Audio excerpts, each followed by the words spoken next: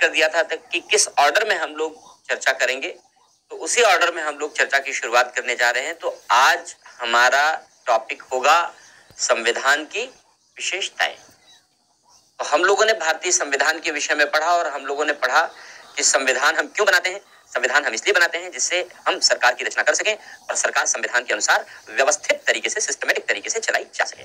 तो एक सिस्टमेटिक सरकार को चलाने के लिए, एक सीमित सरकार को चलाने के लिए, जहां सरकार के पास निरंकुश शक्तियां ना हो, मनमाने तरीके से शक्तियों का प्रयोग ना हो, इस पर्पस के लिए हम संविधान बनाते हैं। और इसी पर्पस के लिए हमने अपना संविधान बनाया है। इसी पर्पस के लिए सारे देश संविधान बनाते हैं बच्चों। सारे देशों का संविधान इसी पर्पस से बनता है कि संविधान हमेशा सरकार का मार्गदर्शन करे और एक सीमित सरकार की रचना करे, अर्थात एक संवैधानिक सरकार की रचना करे, जहां सरकार न केवल अपनी जिम्मेदारियों का निर्वाह करे बल्कि हमारे और आपके अधिकारों की रक्षा भी करे। तो ऐसे सरकार की स्थापना के लिए संविधान बनता है। हालांकि पाकिस्तान और चीन जैसे देशों के लिए भी संविधान बनता है, लेकिन हम एक अच्छे संविधान और अच्छी सरकार की बात कर रहे हैं। तो बच्चों, इसी क्रम में हम लोग अब आज का जो हमारा लेक्चर है वो संविधान की विशेषताओं पर फोकस होगा। आज का जो हम लोग का टॉपिक है फीचर्स ऑफ द कॉन्स्टिट्यूशन, संविधान की विशेषताएं। अब बच्चों, जब संविधान की विशेषताएं पढ़ेंगे, इस विशेषताएं में बहुत छोटी छोटी सी चीजें जो हमारे एग्जाम के लिए उपयोगी हैं उन्हें पढ़ेंगे, और कुछ ऐसी भी विशेषताएं आप बुक्स में पढ़ते हैं जो लिखी रहती हैं गाइड बुक्स में, मैं उसको आगे कवर करूंगा। जो आगे कवर करूंगा वो यहाँ नहीं कवर करूंगा।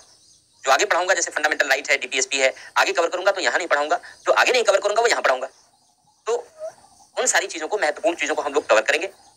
जैसे विशालतम संविधान है, ग्रहित संविधान है, शक्तियों का पृथक्करण है, संसदीय प्रणाली है ना, इस तरीके की चर्चा कर लेंगे।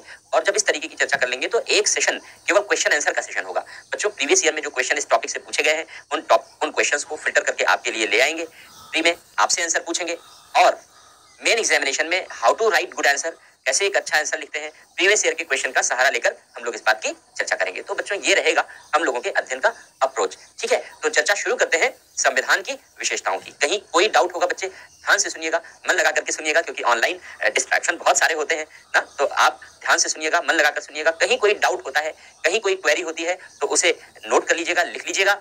चैट में अभी ऑफ करा देता हूँ और अंतिम 10 मिनट्स में, जब हमारे लेक्चर कंप्लीट होने के पहले 10 मिनट्स रह जाएंगे तो मैं चैट आपके ऑन करवा लूंगा और इसके बाद फिर हम लोग क्वेश्चन आंसर ले लेंगे, आपकी क्वेरीज ले लेंगे। बच्चों, ये मॉडल इसलिए अपना रहे हैं क्योंकि अगर हम चैट कंटिन्यूअस ऑन रखेंगे तो आप भी उसी में बिजी रहोगे और हम भी बार बार देखकर डिस्ट्रैक्ट होंगे। तो कंसंट्रेशन लेवल आपका भी डिस्टर्ब होगा और हम भी बार बार देख करके सोचेंगे कि आपको ये पहले बताएं या जो बता रहे हैं वो बताएं, तो वो ठीक नहीं होगा। लेक्चर हम लोग कंटिन्यू करेंगे। जब अंतिम 10 मिनट रह जाएंगे तो आपके सारे क्वेश्चन लेंगे। और चिंता मत करो, अगर, क्योंकि हमारे सामने फिर बुलेट ट्रेन की स्पीड से चैट भागते हैं, आप इतनी तेज क्वेश्चन भेजते हैं, तो मैं जिनके क्वेश्चन ले लूंगा उनके समाधान दे दूंगा। जो क्वेश्चंस, जो डाउट्स, जो क्वेरीज रिजॉल्व नहीं हो पाएंगी, एक सेपरेट सेशन, एक सेपरेट डाउट सेशन कंडक्ट कर लेंगे आपके लिए, जिसमें केवल आपके डाउट्स ही हम लेंगे, केवल आपके डाउट्स ही लेंगे। उस दिन पढ़ाएंगे नहीं, केवल आपका डाउट सेशन होगा। तो ऐसा भी कर लेंगे, ठीक है। तो इसके लिए चिंता मत करना। कहने का आशय है कि ध्यान से पढ़ना, कॉन्सेप्ट क्लैरिटी के साथ पढ़ना, जिससे कि एग्जाम में अपना बेहतर परफॉर्मेंस आप दे सको। चलो शुरू करते हैं। तो संविधान की विशेषताओं में बच्चे, जो सबसे पहली विशेषता है संविधान की, वो है विशालतम संविधान, lengthiest constitution of the world. बच्चों, ब्रिटिश विधि शास्त्री थे, ब्रिटेन के विचारक थे आइवर जेनिंग्स। आइवर जेनिंग्स ने भारतीय संविधान को विश्व के सबसे विशाल संविधान की संज्ञा दी है। इसका अर्थ ये हुआ कि हमारे संविधान का साइज विश्व के अन्य देशों के संविधान के साइज से बहुत बड़ा है। 22 पार्ट थे, 395 आर्टिकल्स थे, 8 शेड्यूल्स थी, अब सब बढ़ गए। अब तो बढ़ करके 25 पार्ट हो गए, 470 आर्टिकल्स हो गए और 12 शेड्यूल्स हो गई। तो इस प्रकार भारत का संविधान सबसे बड़ा संविधान माना जाता है। तो अब प्रश्न आता है कि कारण क्या है? भारत का संविधान अगर विश्व का विशालतम संविधान कहा जाता है तो विशालतम संविधान कहने के पीछे रीजन क्या है? तो बच्चे, हम लोग एक एक करके रीजन को लिखेंगे, एक्सप्लेन करेंगे। सबसे पहली बात कि भारत की भौगोलिक विविधता एवं विशालता। बच्चों, भारत भौगोलिक रूप से विविध भी है, विशाल भी है, ये बात आपको बताने की आवश्यकता नहीं है, आप बेहतर तरीके से जानते हैं। लेकिन भारत जितना बड़ा है और जितना विविधताओं वाला है, उस विविधताओं को संविधान में एड्रेस करने के लिए, उनके लिए संविधान में प्रावधान शामिल करने के लिए हमें संविधान को बड़ा बनाना पड़ेगा। जैसे जब ओरिजिनल कॉन्स्टिट्यूशन बनाया गया था तो ओरिजिनल कॉन्स्टिट्यूशन में 4 तरीके के राज्यों का वर्गीकरण किया गया था। 4 तरीके के राज्यों का वर्गीकरण किया गया था। ए श्रेणी के राज्य, बी श्रेणी के राज्य, सी श्रेणी के राज्य, डी श्रेणी के राज्य। अब वो खत्म हो गया, 1956 से उसे समाप्त कर दिया गया। अब क्या श्रेणियां हैं? अब तो राज्य है और दूसरा संघ राज्य क्षेत्र, जिसे हम केंद्र शासित प्रदेश कहते हैं, यूनियन टेरिटरीज कहते हैं। तो अब राज्य और संघ राज्य क्षेत्र है। तो राज्य और संघराज्य क्षेत्र के प्रावधान हैं, उसमें भी बहुत सारे प्रावधान किए गए हैं। जैसे महाराष्ट्र और गुजरात के लिए कुछ अलग व्यवस्था की गई है, नागालैंड के लिए कुछ अलग है, सिक्किम के लिए कुछ अलग है, आसाम के लिए कुछ अलग है, वहां की जटिलताओं को ध्यान में रखते हुए ये सब संविधान में किए गए हैं। जैसे सबसे पॉपुलर है, आप लोग जानते हैं, जम्मू कश्मीर के लिए 370 था, आज भी डाइल्यूट हो गया। तो बच्चों, भारतीय संविधान भारत की विशालता के कारण और भौगोलिक विविधता के कारण बड़ा बना। दूसरी बात, भारत की सामाजिक सांस्कृतिक विविधता। बच्चों, आप जानते हो भारत सामाजिक सांस्कृतिक रूप से बहुत विशाल है, सामाजिक सांस्कृतिक रूप से और बहुत विविधता से युक्त है। कहने का आशय यह है कि भिन्न भिन्न जातियों, भिन्न भिन्न धर्मों को मानने वाले लोग एक साथ रहते हैं। बहुत सारी जनजातियां हैं, किस्म किस्म की जनजातियां हैं जो भारत में रहती हैं। अब जब प्रावधानों की रचना करनी है तो हमें अलग धर्म, जाति, संस्कृति, जनजाति सबके लिए संविधान बनाना है ना। संविधान तो सबके लिए है, तो जब संविधान सबके लिए है तो उनके रहने की दशाएं बहुत अच्छी नहीं है। जनजातियों का जीवन बिल्कुल अलग है, बिल्कुल अलग है, तो जनजातियों के लिए अलग से प्रावधान करने पड़ेंगे। किया गया है, हम लोग आपको बताएंगे, पढ़ाएंगे, 5वीं और 6ठी अनुसूची में अलग से प्रावधान है। तो बच्चे, इसी प्रकार से सामाजिक सांस्कृतिक विविधता को ध्यान में रखते हुए सारे कल्चर को ये लगे, सारे लोगों को लगे कि ये संविधान हमारा है, ये संविधान हमारा है, इसलिए ऐसे प्रावधानों की रचना की गई। संविधान में जनजातियों के लिए अलग प्रावधान किया गया, अनुसूचित जातियों के लिए अलग प्रावधान किया गया, पिछड़े वर्गों के लिए अलग प्रावधान किया गया, सबके लिए अलग अलग प्रावधान किए गए। तो बच्चों, संविधान बड़ा बनाना ही पड़ेगा, तो बड़ा बन गया, विशाल हो गया। तो भारतीय संविधान इसलिए विशाल हो गया। तीसरी बात बच्चों, राज्यों एवं केंद्र के लिए एक संविधान। बच्चों, ऐसी भी व्यवस्था है, जैसे हम लोग बताएंगे आपको, एक कॉन्सेप्ट होता है फेडरल सिस्टम का, संघीय प्रणाली का। जैसे अमेरिका में फेडरल सिस्टम अपनाया गया है, भारत में भी अपनाया गया है। अभी इस पर ध्यान देने की आवश्यकता नहीं है, वो मैं आपको पढ़ाऊंगा, विस्तार से पढ़ाऊंगा। तो बस इतना समझो कि जैसे अमेरिका में 2 तरीके का संविधान होता है, एक केंद्र का संविधान है अमेरिका का, और बाकी राज्यों के अपने अपने संविधान है। हमने भी जो संघीय प्रणाली है भारत में अपनाई है, और ये प्रणाली के अनुसार अलग अलग संविधान राज्यों के होने चाहिए, लेकिन हमने ऐसा नहीं अपनाया। हमने सभी राज्यों के लिए और केंद्र के लिए एक ही संविधान की रचना की है। ऐसा क्यों किया बच्चों? मान लो हम सभी राज्यों को ये परमिशन देते कि सभी राज्य अपने लिए अलग अलग संविधान बनाएं, तो आपने देखा होगा कि जम्मू कश्मीर का अपना अलग संविधान था 2019 के पहले, सुना होगा आपने। तो जम्मू कश्मीर में जो लोगों के अधिकार थे वो भारत के अन्य भागों के अधिकार से भिन्न थे, और इसलिए जम्मू कश्मीर और शेष भारत के बीच एक दूरी बन रही थी। हमने इस दूरी को खत्म करने के लिए 370 को खत्म कर दिया, जिससे जम्मू कश्मीर का अलग संविधान न रहे। तो बच्चों, सभी राज्यों के लिए और भारत के लिए एक ही संविधान की रचना इसलिए की गई जिससे सभी राज्यों की प्रशासनिक व्यवस्था में एक रूपता रहे, सभी राज्यों की सरकार बनाने और चलाने में एक रूपता रहे, और पूरे देश में एकता, अखंडता और भाईचारे की भावना भी बढ़ेगी जब शासन प्रशासन का तरीका एक जैसा होगा। तो अमेरिका में ऐसा नहीं होगा, वहां अलग अलग राज्यों का अपना अलग अलग संविधान, अपनी अपनी डपली, अपना अपना राग, ऐसा ना। सभी राज्यों के लिए एक जैसा, सभी राज्यों के लिए एक जैसा संविधान बनाने के लिए ही यह प्रावधान किया गया। अगली बात बच्चों, गृहीत संविधान है। इसका अर्थ क्या होता है? इसका अर्थ है कि हमने भारत के संविधान में बहुत सारे प्रावधान विदेशों से ग्रहण किए हैं, विदेशी संविधानों से प्रावधान ग्रहण किए गए। बच्चों, 10 देशों के संविधान के प्रावधान भारतीय संविधान में शामिल हैं। जैसे हमने मूल अधिकार की संकल्पना अमेरिका से ली है, हमने संसदीय प्रणाली, आगे पढ़ेंगे इसी टॉपिक में, हम लोग ब्रिटेन से ली है, नीति निर्देशक तत्वों की संकल्पना हमने आयरलैंड से ली है, इत्यादि। इस तरीके से बहुत सारे प्रावधान हैं जो हमने दूसरे देशों के संविधान से लेकर अपने संविधान में शामिल किए हैं। इस कारण से भी भारत का संविधान बड़ा बन गया। अगली बात बच्चों, संविधान पर ऐतिहासिक प्रभाव। अब इसका मतलब क्या होता है? संविधान पर ऐतिहासिक प्रभाव, इसका अर्थ यह है कि जब हमने ओरिजिनल कॉन्स्टिट्यूशन अपना बनाया तो भारतीय संविधान का 2/3 भाग नेहरू रिपोर्ट 1928 पर आधारित था, और भारत सरकार अधिनियम, अंग्रेजों ने कानून बनाया था 1935 में, जिसे भारत सरकार अधिनियम 1935 कहते हैं। तो संविधान से, इन दोनों दस्तावेजों से प्रावधान ग्रहण किए गए हैं, संविधान में प्रावधान लिए गए हैं, ग्रहण किए गए हैं। कहां से लिए गए हैं? नेहरू रिपोर्ट 1928 से लिए गए हैं। नेहरू रिपोर्ट 1928 क्या है बच्चों? हम जानते हैं कि मोतीलाल नेहरू जी ने 1928 में अपनी रिपोर्ट पेश की थी। उस रिपोर्ट में उन्होंने ये बताया था कि भारत के लोग भारत के लिए अपना संविधान बना सकते हैं, और अगर भारत के लोग भारत के लिए अपना संविधान बनाएंगे तो उस संविधान में क्या लिखेंगे, उस संविधान में क्या वर्णन करेंगे, ये बातें उन्होंने अपनी रिपोर्ट में बताई थी। स्वाभाविक सी बात है कि संविधान में क्या क्या होना चाहिए, उन्होंने बहुत सारी बातें लिखी। जब हमने संविधान बनाना शुरू किया तो उन सारी बातों को अपने लिए प्रासंगिक माना। संघीय प्रणाली, संसदीय प्रणाली, मूल अधिकार इत्यादि बहुत सारी बातें।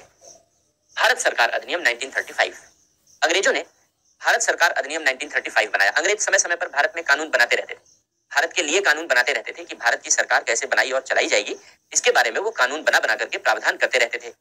उसी क्रम में एक कानून है जो मैंने लिखा, भारत सरकार अधिनियम 1935। बच्चों, अंग्रेजों के द्वारा बनाया गया ये सबसे बड़ा कानून था।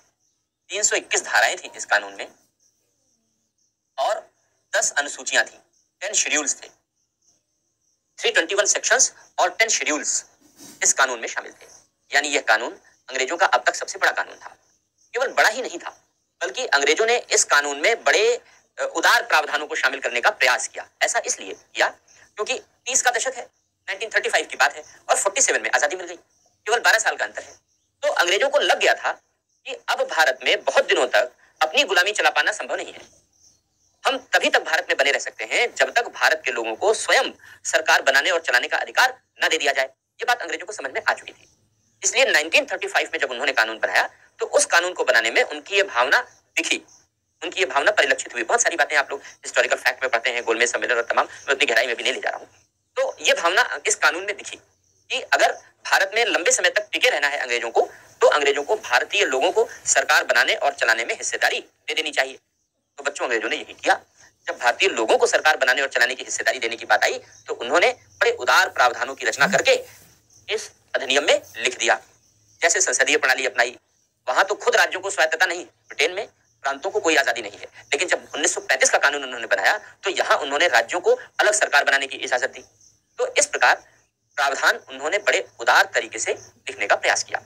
तो बच्चों, जब हमने अपना संविधान बनाना शुरू किया तो हमने 1935 के अधिनियम को भी देखा, लागू भी था हमारे यहाँ, और इनमें से बहुत सारे प्रावधान हमारे लिए उपयोगी और प्रासंगिक नजर आए। जब उपयोगी और प्रासंगिक नजर आए तो हमने उन्हें संविधान में शामिल कर लिया।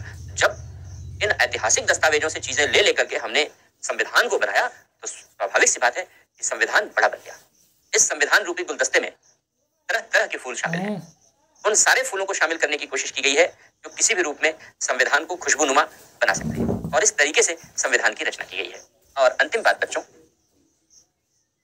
हमने भारतीय संविधान में कुछ ऐसे भी प्रावधान शामिल किए हैं, ऐसे प्रावधानों का समावेश किया है जो दूसरे देशों के संविधान में शामिल नहीं होते, जो अन्य देश में संविधान का भाग नहीं है, अन्य देशों में संविधान में वर्णित नहीं है। हमने ऐसे भी प्रावधानों को शामिल कर लिया है भारतीय संविधान में। अब आप सोचो जरा तार्किक नजरिए से कि मान लो कोई चीज किसी दूसरे देश के संविधान में नहीं लिखी जाती और नहीं लिखी गई है, और हम उस चीज को अपने संविधान में लिख लें, शामिल कर लें, तो हमारा संविधान अपने आप बड़ा हो जाएगा, क्योंकि वो दूसरे देशों के संविधान में नहीं लिखा जाता तो उनका संविधान छोटा हो गया। हम अपने संविधान में ऐसी चीज को लिख लें तो हमारा संविधान बड़ा हो गया। जैसे पब्लिक सर्विसेज के बारे में, लोक सेवाएं, भारतीय संविधान में लोक सेवाओं के विषय में बहुत व्यापक प्रावधानों की रचना की गई है। स्वाभाविक सी बात है कि लोक सेवाओं के विषय में लिखने के बाद संविधान बड़ा हो गया, क्योंकि हमने आर्टिकल 308 से लेकर 323 तक इतने बड़े आर्टिकल्स में हमने लोक सेवाओं के विषय में प्रावधानों की रचना की है। अन्य देशों में ऐसे प्रावधान नहीं होते, इसलिए हमारा संविधान बड़ा बनना स्वाभाविक है। तो बच्चों, ये कारण है जिन कारणों ने भारतीय संविधान को व्यापक बनाने में, बड़ा बनाने में, विशाल बनाने में अपना योगदान दिया है। लेकिन ये तो अच्छी बात है कि हमारा संविधान बड़ा बन गया, विशाल बन गया। तो अच्छी बात क्यों है? अच्छी बात इसलिए है क्योंकि सरकार चलाने से संबंधित लगभग सारे विषय संविधान से गवर्न होते हैं, अर्थात संविधान के अनुसार चलते हैं। या ये आप समझो कि संविधान में उनके बारे में कुछ न कुछ लिखा हुआ है, संविधान में उनके बारे में कुछ न कुछ लिखा हुआ है, तो सारे विषय संविधान के अनुसार चलते हैं। इसलिए ये अच्छी बात है। लेकिन आलोचना भी है बच्चों, क्वेश्चन पूछा गया है, ये क्वेश्चन पूछा जा चुका है, पूछा जाता है डिफरेंट एग्जाम में, ऑप्शन तक में आते हैं इस तरीके से क्वेश्चन। फिर भारतीय संविधान की जेनिंग्स ने आलोचना भी कर दी, और जेनिंग्स ने भारतीय संविधान की आलोचना करते हुए भारतीय संविधान को वकीलों का स्वर्ग बता दिया। भारतीय संविधान वकीलों का स्वर्ग है, जेनिंग्स ने कहा, जेनिंग्स द्वारा कहा गया। आइवर जेनिंग्स हमने बताया ब्रिटेन के कानून विशेषज्ञ हैं, और आइवर जेनिंग्स ने ही भारतीय संविधान की आलोचना करते हुए कहा कि भारतीय संविधान वकीलों का स्वर्ग है। अब बच्चे, क्यों कहा उन्होंने वकीलों का स्वर्ग? यह कहा जाता है कि यह एक आलोचनात्मक टिप्पणी है, उन्होंने भारतीय संविधान की आलोचना की है। तो क्यों आलोचना की है? दो आधार है आलोचना करने का। आलोचना का जो आधार है वो दो आधार है। पहला, संविधान की विशालता। अब कैसे, इस बात को समझो। सुनो, ये क्वेश्चन पूछा जा चुका है और यूपी पीसीएस में पूछा गया है, आईएएस के ऑप्शनल पेपर में पूछा गया है, इसको ध्यान से सुनो। संविधान की विशालता और दूसरा, संविधान की भाषा शैली की जटिलता। कैसे, अब इसको मैं समझाता हूं आपको। पहले आप इसे लिख लो, फिर एक एक करके मैं इसको समझाता हूं। देखो, दो कारणों से भारतीय संविधान की आलोचना की गई, जेनिंग्स ने की, और भारतीय संविधान की आलोचना करते हुए इन्होंने इसे वकीलों का स्वर्ग बता दिया। वकीलों का स्वर्ग का आशय क्या हो गया बच्चों? वकीलों के स्वर्ग का आशय हो गया कि वकीलों को अधिक से अधिक अवसर मिले संविधान की व्याख्या करवाने का, या यूं कहेंगे रोजगार के अवसरों का। बहुत संक्षेप में समझिए, वकीलों की कमाई का जरिया बढ़ गया, वकीलों की कमाई का माध्यम बढ़ गया। संविधान वकीलों की कमाई का माध्यम बन गया और संविधान ने वकीलों की कमाई का माध्यम बढ़ा दिया। इसलिए जेनिंग्स ने कहा कि संविधान वकीलों का स्वर्ग है। अब कैसे है, अब इसको सुनो। पहली बात देखो, संविधान की विशालता। संविधान बड़ा है तो संविधान के अंतर्गत उत्पन्न होने वाले मुकदमों की संख्या ज्यादा होगी। अगर संविधान छोटा होगा, 5 ही 6 बातें लिखी गई हैं, तो ज्यादातर मुकदमे संविधान के बाहर उत्पन्न होंगे, क्योंकि संविधान में बातें लिखी ही नहीं गई। लेकिन अगर हमने संविधान बड़ा बना दिया, जब संविधान हमने बड़ा बना दिया तो बहुत सारी बातें संविधान में शामिल कर दी, लगभग सारी बातें सरकार चलाने से संबंधित संविधान में शामिल कर दी। ऐसी दशा में अगर कोई मुकदमा उत्पन्न होगा, कोई विवाद उत्पन्न होगा, तो वो कहीं ना कहीं संविधान से ताल्लुक रखेगा, कहीं ना कहीं वो संविधान से संबंध रखेगा। तो सारे विवाद या अधिकांश विवाद संविधान के अंदर उत्पन्न होंगे। अब बच्चों, अगर विवाद संविधान के अंतर्गत उत्पन्न हो रहे हैं तो ऐसे विवादों का समाधान कौन करता है? अगर कोई भी मुकदमा उत्पन्न हो जाए, कोई भी विवाद उत्पन्न हो जाए, तो विवादों का समाधान उच्चतम न्यायालय करता है। न्यायालय अपने विवेक से निर्णय नहीं देता, न्यायालय अपने विवेक से न्याय नहीं करता। तब कैसे करता है? ध्यान से सुनना। न्यायालय के सामने, न्यायाधीशों के सामने जो तर्क, जो साक्ष्य, गवाह, सबूत पेश किए जाते हैं, उसी के आधार पर न्यायालय निर्णय सुनाता है। अब न्यायालय के सामने तर्क और सबूत कौन पेश करता है? वकील। वकील ही न्यायालय के सामने तर्क और सबूत पेश करता है। तो बड़ा संविधान, ज्यादा मुकदमे, वकीलों की ज्यादा कमाई, क्योंकि बिना वकीलों के तर्क और वकीलों के साक्ष्यों के न्यायालय कोई निर्णय नहीं सुनाएगा। तो बच्चों, हो गया संविधान वकीलों का स्वर्ग। एक पहलू, एक पॉइंट। अब दूसरी बात आप समझो। दूसरी बात संविधान की भाषा शैली की जटिलता। ये तो हम सब लोग जानते हैं कि संविधान की भाषा शैली थोड़ी कठिन है, थोड़ी मुश्किल है, जटिल है। तो संविधान की भाषा शैली जटिल है तो ये वकीलों का स्वर्ग क्यों है? बच्चे, ये वकीलों का स्वर्ग इसलिए है क्योंकि भाषा शैली की जटिलता के कारण संविधान की सही व्याख्या क्या होगी, यह निष्कर्ष निकालना कठिन हो जाता है, एक बार में कठिन हो जाता है। और यही कारण है, आपने अगर थोड़ा बहुत भी ध्यान दिया हो हमारे सिस्टम पर, आप मुझे लगता है मिनिमम ग्रेजुएट तो होंगे ही, नहीं होंगे तो ग्रेजुएशन परसू कर रहे होंगे, तो आपने इस व्यवस्था के विषय में थोड़ा बहुत तो समझा ही होगा। और जब आपने थोड़ा बहुत समझा होगा तो ये देखा होगा कि सुप्रीम कोर्ट कोई जजमेंट देता है और कुछ समय के बाद अपने ही जजमेंट को पलट देता है, रद्द कर देता है और कहता है नया जजमेंट सुन लो। फिर कुछ दिनों के बाद सुप्रीम कोर्ट अपने पुराने जजमेंट को रद्द करके नया जजमेंट सुना देता है। जैसे एक बड़ा करंट सा मुद्दा रहा है, मैं आपको एग्जांपल देकर समझाता हूं। जैसे राइट टू प्राइवेसी, गोपनीयता का अधिकार, निजता का अधिकार, निजता, नीचता नहीं, निजता, गोपनीयता, नीचता नहीं है, निजता या गोपनीयता, राइट टू प्राइवेसी। बच्चों, अब ये मूल अधिकार है, न्यायालय ने कहा है। आप जानते हैं समाचार पत्रों में खूब छपता भी रहता है, क्वेश्चन भी पूछा जा चुका है आईएएस में। तो अब गोपनीयता का अधिकार एक फंडामेंटल राइट है, एक मूल अधिकार है। लेकिन आप जानते हो ये शुरू से नहीं रहा, संविधान में तो लिखा नहीं है। लेकिन जब पहले मुकदमा आया था, 1960 के दशक में मुकदमा लाया गया कि गोपनीयता को मूल अधिकार घोषित कर दिया जाए। गोपनीयता होती क्या है? यहाँ गोपनीयता का अर्थ क्या है? गोपनीयता का अर्थ होता है कि मुझसे रिलेटेड जो सूचनाएं हैं उसे मुझे गोपनीय रखने का अधिकार हो। वो तब तक किसी को पता ना चले जब तक मैं ना चाहूं, जब तक मैं ना चाहूं। जब मैं चाहूं तभी मुझसे संबंधित जानकारी सार्वजनिक हो, तभी मुझसे संबंधित जानकारी लोगों के सामने आए। इसे कहते हैं गोपनीयता का अधिकार। बच्चों, ये गरिमामयी जीवन जीने के लिए एक अनिवार्य हिस्सा है। इसकी चर्चा हम लोग आगे करेंगे विस्तार से। तो पहले सुप्रीम कोर्ट ये मानता था कि गरिमामयी जीवन जीने के लिए हमारी गोपनीयता जरूरी नहीं है। 1960 के दशक में खड़क सिंह बनाम उत्तर प्रदेश का केस है, अभी दिमाग पर जोर देने की जरूरत नहीं, मैं सिर्फ कहानी के रूप में बता रहा हूँ। खड़क सिंह का केस क्या था ये भी बताऊंगा। तो खड़क सिंह के मामले में सुप्रीम कोर्ट ने कहा था कि गोपनीयता का अधिकार फंडामेंटल राइट नहीं है। लेकिन जब अभी गुप्ता स्वामी का केस आया, उसमें सुप्रीम कोर्ट ने अपने पुराने जजमेंट को बदल दिया और पुराने जजमेंट को बदल करके, रद्द करके ये निर्णय सुना दिया कि निजता का अधिकार अब फंडामेंटल राइट है।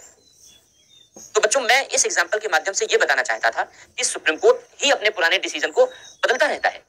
क्यों? क्योंकि वह संविधान के एक ही प्रावधान की समय समय पर अलग अलग व्याख्या करता रहता है। वो कभी एक और अंतिम व्याख्या नहीं कर पाया।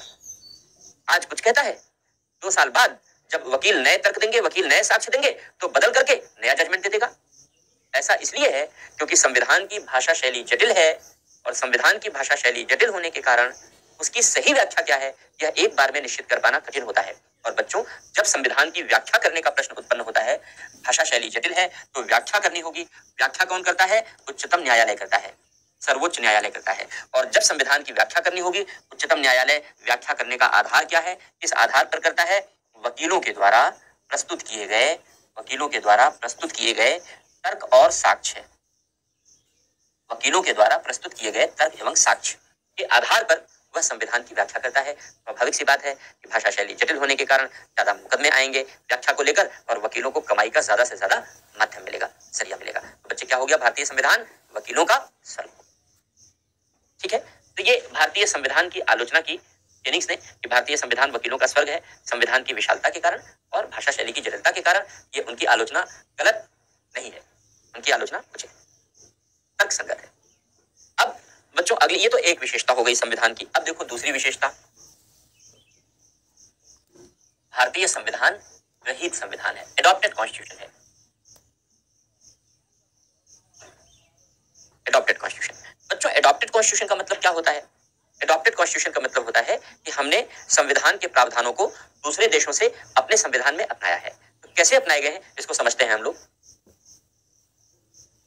देखो, भारतीय संविधान के जो प्रावधान है वो मोटे तौर पर 2 तरीके के स्रोतों पर निर्भर है। भारतीय संविधान के प्रावधान मोटे तौर पर 2 तरीके के स्रोतों पर निर्भर है। एक आंतरिक स्रोत है, आंतरिक स्रोत का मतलब है जो देश के भीतर ही मौजूद है, और दूसरा बाह्य स्रोत है। बाह्य स्रोत का मतलब है जो देश के भीतर मौजूद नहीं है, बाहर से आया है। आंतरिक स्रोतों में मैंने अभी 2 बातों की चर्चा की। एक नेहरू रिपोर्ट हमने आपको बताया, मोतीलाल नेहरू जी ने दी थी, 1928 में दी थी, बताने के लिए कि भारतीय अपने लिए संविधान बना सकते हैं। और दूसरा, अंग्रेजों ने कानून बनाया था भारत सरकार अधिनियम के नाम से। उस समय का सबसे बड़ा कानून था अंग्रेजों के जमाने का, और यह माना जाता है कि संविधान का 2/3 भाग, लगभग 2/3 भाग इन पर आधारित है, इन्हीं पर आधारित है। अर्थात भारतीय संविधान के जिन प्रावधानों की रचना की गई है उन प्रावधानों में लगभग 2/3 हिस्से, लगभग 2/3 प्रावधान इन्हीं पर आधारित हैं, इन्हीं पर बेस्ड हैं। हमने इन्हीं को आधार मानकर संविधान की रचना की है, हमने संविधान बनाया है। तो बच्चों, इसको क्या कहते हैं? इसको कहते हैं हम लोग संविधान का आंतरिक स्रोत, संविधान का आंतरिक स्रोत। अब केवल और केवल भारतीय संविधान इन आंतरिक स्रोतों पर ही आधारित नहीं है, बल्कि बच्चों भारतीय संविधान कुछ बाहरी स्रोतों पर भी आधारित है। आप जानते होंगे, इतना तो समझ होगी आपको कि भारत का संविधान अलग अलग देशों के संविधानों से लिए गए प्रावधानों पर भी आधारित है। जैसे मूलाधिकार हमने अभी बताया था, अमेरिका से लिए गए नीति निर्देशक तत्व आयरलैंड से लिए गए हैं, संसदीय प्रणाली ब्रिटेन से ली गई है, विधि का शासन ब्रिटेन से लिया गया है, इत्यादि। तो इस तरीके से अलग अलग प्रावधान भारतीय संविधान के ग्रहण किए गए हैं, यानी लगभग 10 देशों के संविधान से प्रावधानों को ग्रहण किया गया है। 10 देशों के संविधानों से प्रावधानों को ग्रहण किया गया है। और इस प्रकार बच्चों, भारतीय संविधान को हम एक ग्रहीत संविधान की संज्ञा दे सकते हैं, क्योंकि हमने आपको लिखा दिया। देखो, जो नेहरू रिपोर्ट भारत सरकार अधिनियम है, पूरे संविधान का लगभग 2/3 भाग इन्हीं पर बेस्ड है, और लगभग 10 देशों के संविधानों से हमने उनकी अच्छाइयां ग्रहण की हैं। उन देशों के संविधानों में जो अच्छाइयां थी वो हमने ग्रहण की हैं और भारतीय संविधान को ग्रहीत संविधान बनाया है। अब बच्चे, हमने भारतीय संविधान को ग्रहीत क्यों बनाया, समझा देते हैं, फिर लिखा देते हैं। बोर्ड पर नहीं लिख रहा हूं, इसे लिखा दूंगा अभी। भारतीय संविधान को हमने ग्रहीत संविधान क्यों बनाया?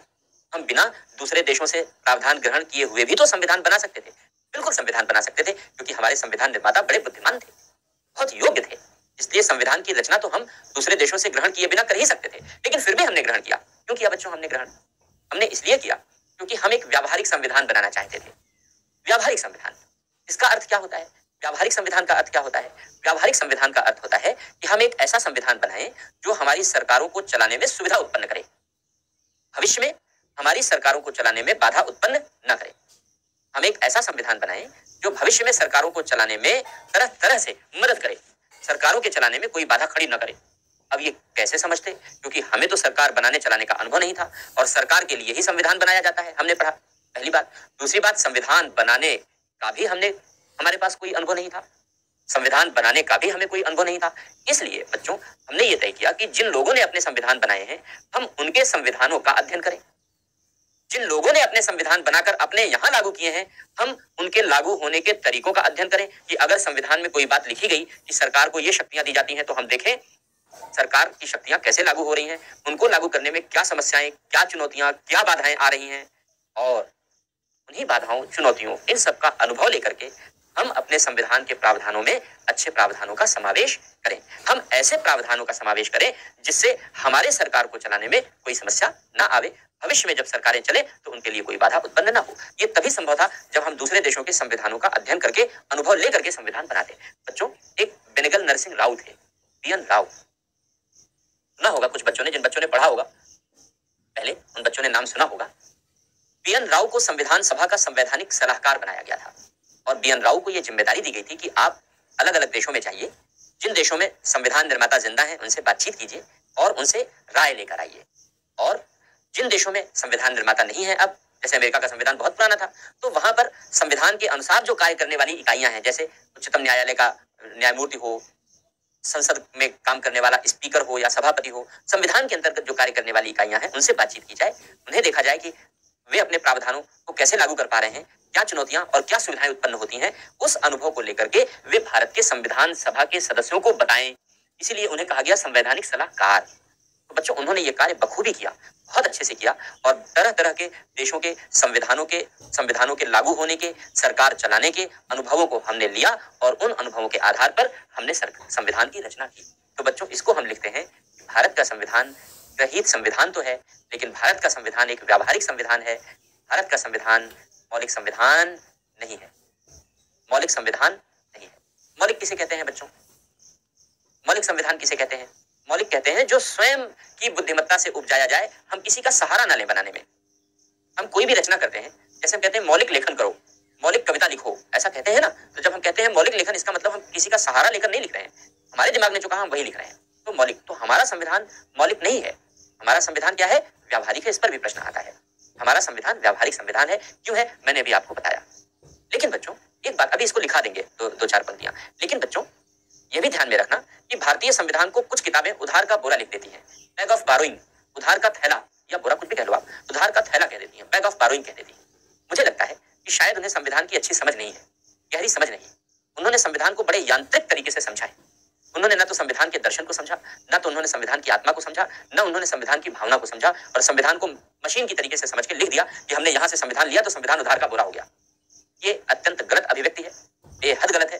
हमें अपने संविधान के बारे में ऐसी नकारात्मक टिप्पणी नहीं देनी चाहिए, ऐसी नकारात्मक टिप्पणी नहीं देनी चाहिए। अब आप मुझसे पूछोगे कि सर इसमें नकारात्मक क्या है?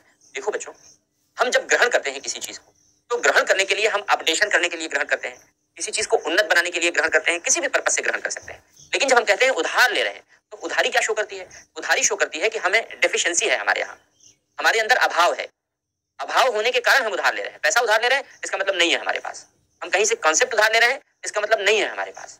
तो जब हम उधारी की बात करते हैं, तो उधारी हमेशा डिफिशिएंसी शो करती है।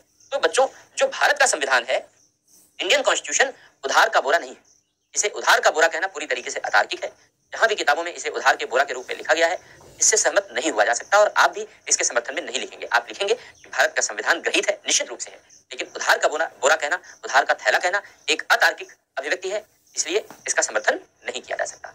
बातें लगभग वैसी लगती हैं, लेकिन जब आप गहराई में एनालिसिस करोगे ना, तो एग्जैक्टली वैसी नहीं है। तो चलो जरा इसमें लिखना, थोड़ा सा इसमें लिखना, ग्रहित संविधान में लिखना। इसमें मैंने कुछ तो बोर्ड पर वर्क कर दिया, कुछ मैं लिखा रहा हूं, तो बोर्ड वर्क आप लिख लेना, फिर बाकी जो मैं लिखा रहा हूं लिखो आप, मैं नोट करा रहा हूं, लिखो आप, लिखो, लिखना बच्चों। भारतीय संविधान, भारतीय संविधान ग्रहित संविधान है, ग्रहण किया गया संविधान है। भारतीय संविधान ग्रहित संविधान है। संविधान निर्माताओं ने मौलिक संविधान की रचना नहीं की है। बल्कि संविधान निर्माताओं ने मौलिक संविधान की रचना नहीं की है, बल्कि एक व्यावहारिक संविधान की रचना की है। एक व्यावहारिक संविधान की रचना की है। अर्थात एक ऐसे संविधान की रचना की गई है, अर्थात एक ऐसे संविधान की रचना की गई है जो भविष्य में सरकारों के संचालन में सुविधा उत्पन्न करे, जो भविष्य में सरकारों के संचालन में सुविधा उत्पन्न करे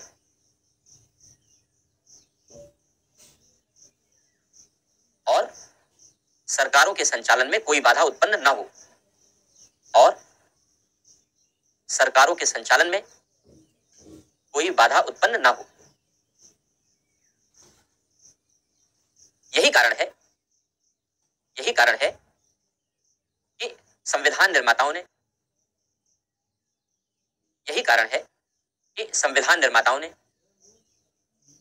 विभिन्न देशों के संविधानों का अध्ययन किया,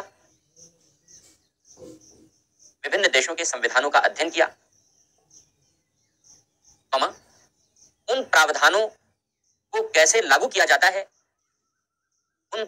को कैसे लागू किया जाता है, का अनुभव ग्रहण किया, उन प्रावधानों को कैसे लागू किया जाता है का अनुभव ग्रहण किया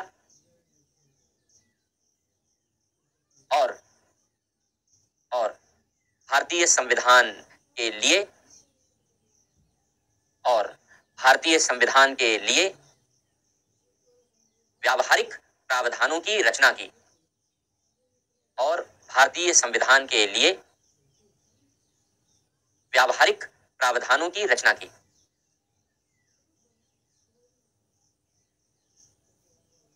विभिन्न देशों की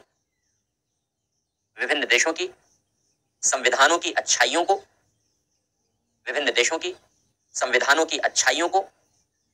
भारतीय संविधान में ग्रहण किया गया है।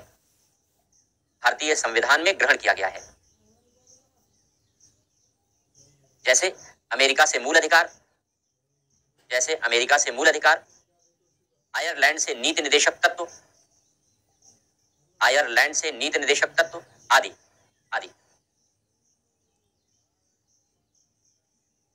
बच्चों पैरा चेंज करके लिखना।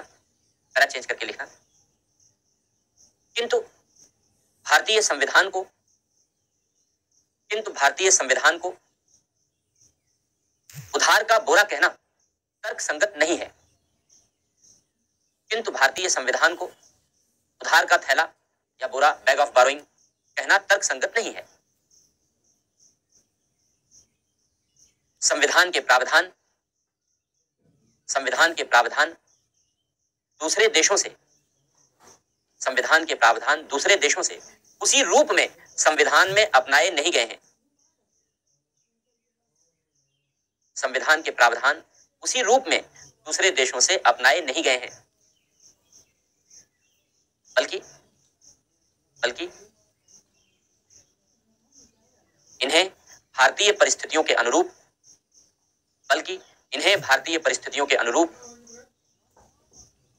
संशोधित किया गया है,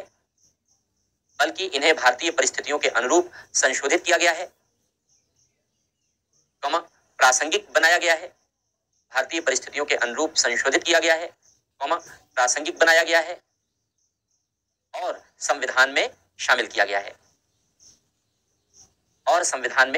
गया है। तो बच्चों, ये हो गया ग्रहीत संविधान के विषय में हमने एक तार्किक चर्चा यहाँ पर आपके साथ कर दी। अब जो अगली विशेषता है हमारी ग्रहीत संविधान के बाद, वह है शक्तियों का पृथक्करण। शक्ति पृथक्करण का सिद्धांत, doctrine of separation of powers.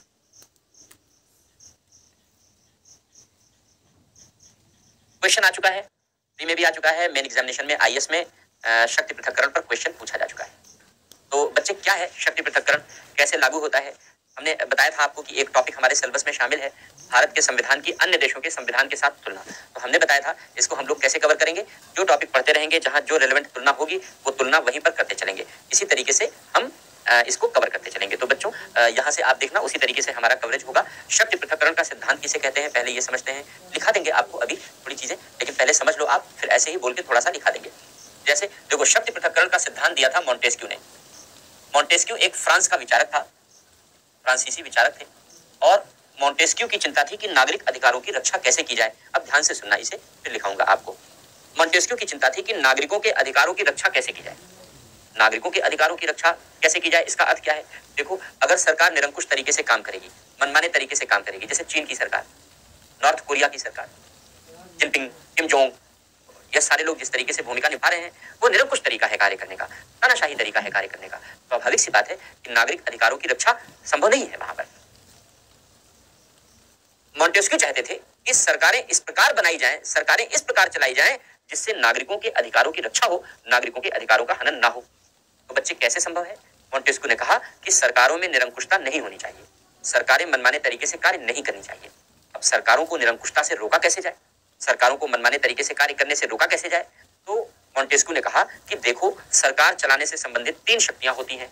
एक है कानून बनाने की शक्ति, दूसरा है लागू करवाने यानी सरकार चलाने की शक्ति, और तीसरा होता है न्याय देने की शक्ति। ये हम लोग पढ़ चुके हैं। तो सरकार की शक्तियों को इन्हीं 3 भागों में बांटा जा सकता है। मॉन्टेस्क्यू ने कहा कि अगर सरकार की इन तीनों शक्तियों को किसी एक इकाई में, एक व्यक्ति में निहित कर दे तो वो तानाशाह हो जाएगा, नागरिक अधिकारों का उल्लंघन हो जाएगा। अगर हम इसको एक इकाई में केंद्रित करने के बजाय अलग अलग 3 संस्थाएं बना दें, कानून बनाने की जिम्मेदारी विधायिका लेजिस्लेचर को दे दें, वो कानून बनाए, सरकार चलाने की जिम्मेदारी एग्जीक्यूटिव को दे दें, कार्यपालिका को दे दें, वो सरकार चलाए, कानून लागू करे, और न्याय देने की जिम्मेदारी न्यायपालिका को दे दी जाए, अलग दे दी जाए। तो जब इस तरीके से 3 अलग अलग संस्थाओं में जिम्मेदारियां बांट दी जाए तो निरंकुशता नहीं हो पाएगी, और निरंकुशता नहीं होगी तो जनता के अधिकारों का हनन भी नहीं होगा। यही भाव रखकर ही मॉन्टेस्क्यू ने शक्ति पृथक्करण के सिद्धांत को प्रतिपादित किया, शक्ति पृथक्करण का सिद्धांत दिया। अब देखो बच्चों, ध्यान से जरा सुनना। यहाँ पर मान लो विधायिका, कार्यपालिका और न्यायपालिका ना, इन 3 में शक्तियां बांट दी हमने। विधायिका को कानून बनाने की शक्ति दे दी, न्यायपालिका को न्याय करने की शक्ति दे दी, कार्यपालिका को सरकार चलाने की शक्ति दे दी।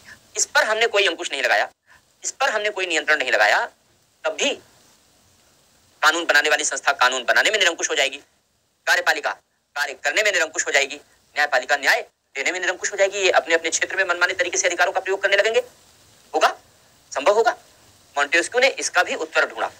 मॉन्टेस्क्यू ने कहा कि सरकारों के अलग अलग अंग अलग अलग क्षेत्र में निरंकुश हो सकते हैं, वे अलग अलग क्षेत्र में निरंकुश ना हो, इसके लिए एक दूसरे पर नियंत्रण की व्यवस्था होनी चाहिए। कुछ मामलों में विधायिका कार्यपालिका पर नियंत्रण रखे, कुछ मामलों में कार्यपालिका विधायिका पर नियंत्रण रखे, कुछ मामलों में कार्यपालिका न्यायपालिका पर नियंत्रण रखे, कुछ मामलों में न्यायपालिका कार्यपालिका पर नियंत्रण रखे। सबको, वैसे तो सब एक दूसरे से स्वतंत्र होंगे, अपनी अपनी गतिविधियों का संपादन करेंगे, लेकिन प्रत्येक इकाई को निरंकुश होने से रोकने के लिए सबकी शक्तियों पर कुछ न कुछ सीमाएं आरोपित कर दी जाए, कुछ न कुछ प्रतिबंध आरोपित कर दिया जाए। जब इस तरीके से नियंत्रण लगा दिया जाएगा प्रत्येक की शक्तियों पर कुछ न कुछ, तो एक संतुलन स्थापित हो जाएगा, और इस संतुलन के माध्यम से निश्चित रूप से निरंकुशता समाप्त हो जाएगी, नागरिक अधिकारों का संरक्षण होता रहेगा। तो बच्चों, यही भाव था, इस भाव के अधीन शक्ति पृथक्करण का सिद्धांत मॉन्टेस्क्यू ने दिया था। ये क्वेश्चन 3 में भी पूछा जा चुका है कि शक्ति पृथक्करण के सिद्धांत का प्रतिपादन क्यों किया गया, तो नागरिक अधिकारों की रक्षा के लिए किया गया।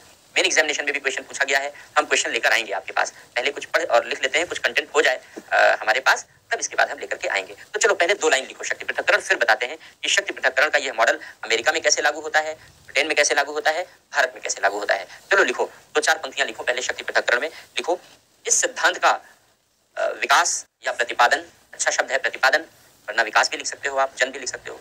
इस सिद्धांत का विकास फ्रांसीसी विचारक मॉन्टेस्क्यू के द्वारा, इस सिद्धांत का विकास फ्रांसीसी विचारक मॉन्टेस्क्यू के द्वारा नागरिक अधिकारों की रक्षा करने के लिए किया गया। नागरिक अधिकारों की रक्षा करने के लिए किया गया। नागरिक अधिकारों की रक्षा करने के लिए किया गया। क्योंकि यह सरकारों में निरंकुशता को रोकता है, यह सरकारों में निरंकुशता को रोकता है। यह सरकारों में निरंकुशता को रोकता है। इसके अनुसार यह सरकारों में निरंकुशता को रोकता है। इसके अनुसार सरकार की तीनों शक्तियां इसके अनुसार सरकार की तीनों शक्तियां तीन अलग अलग अंगों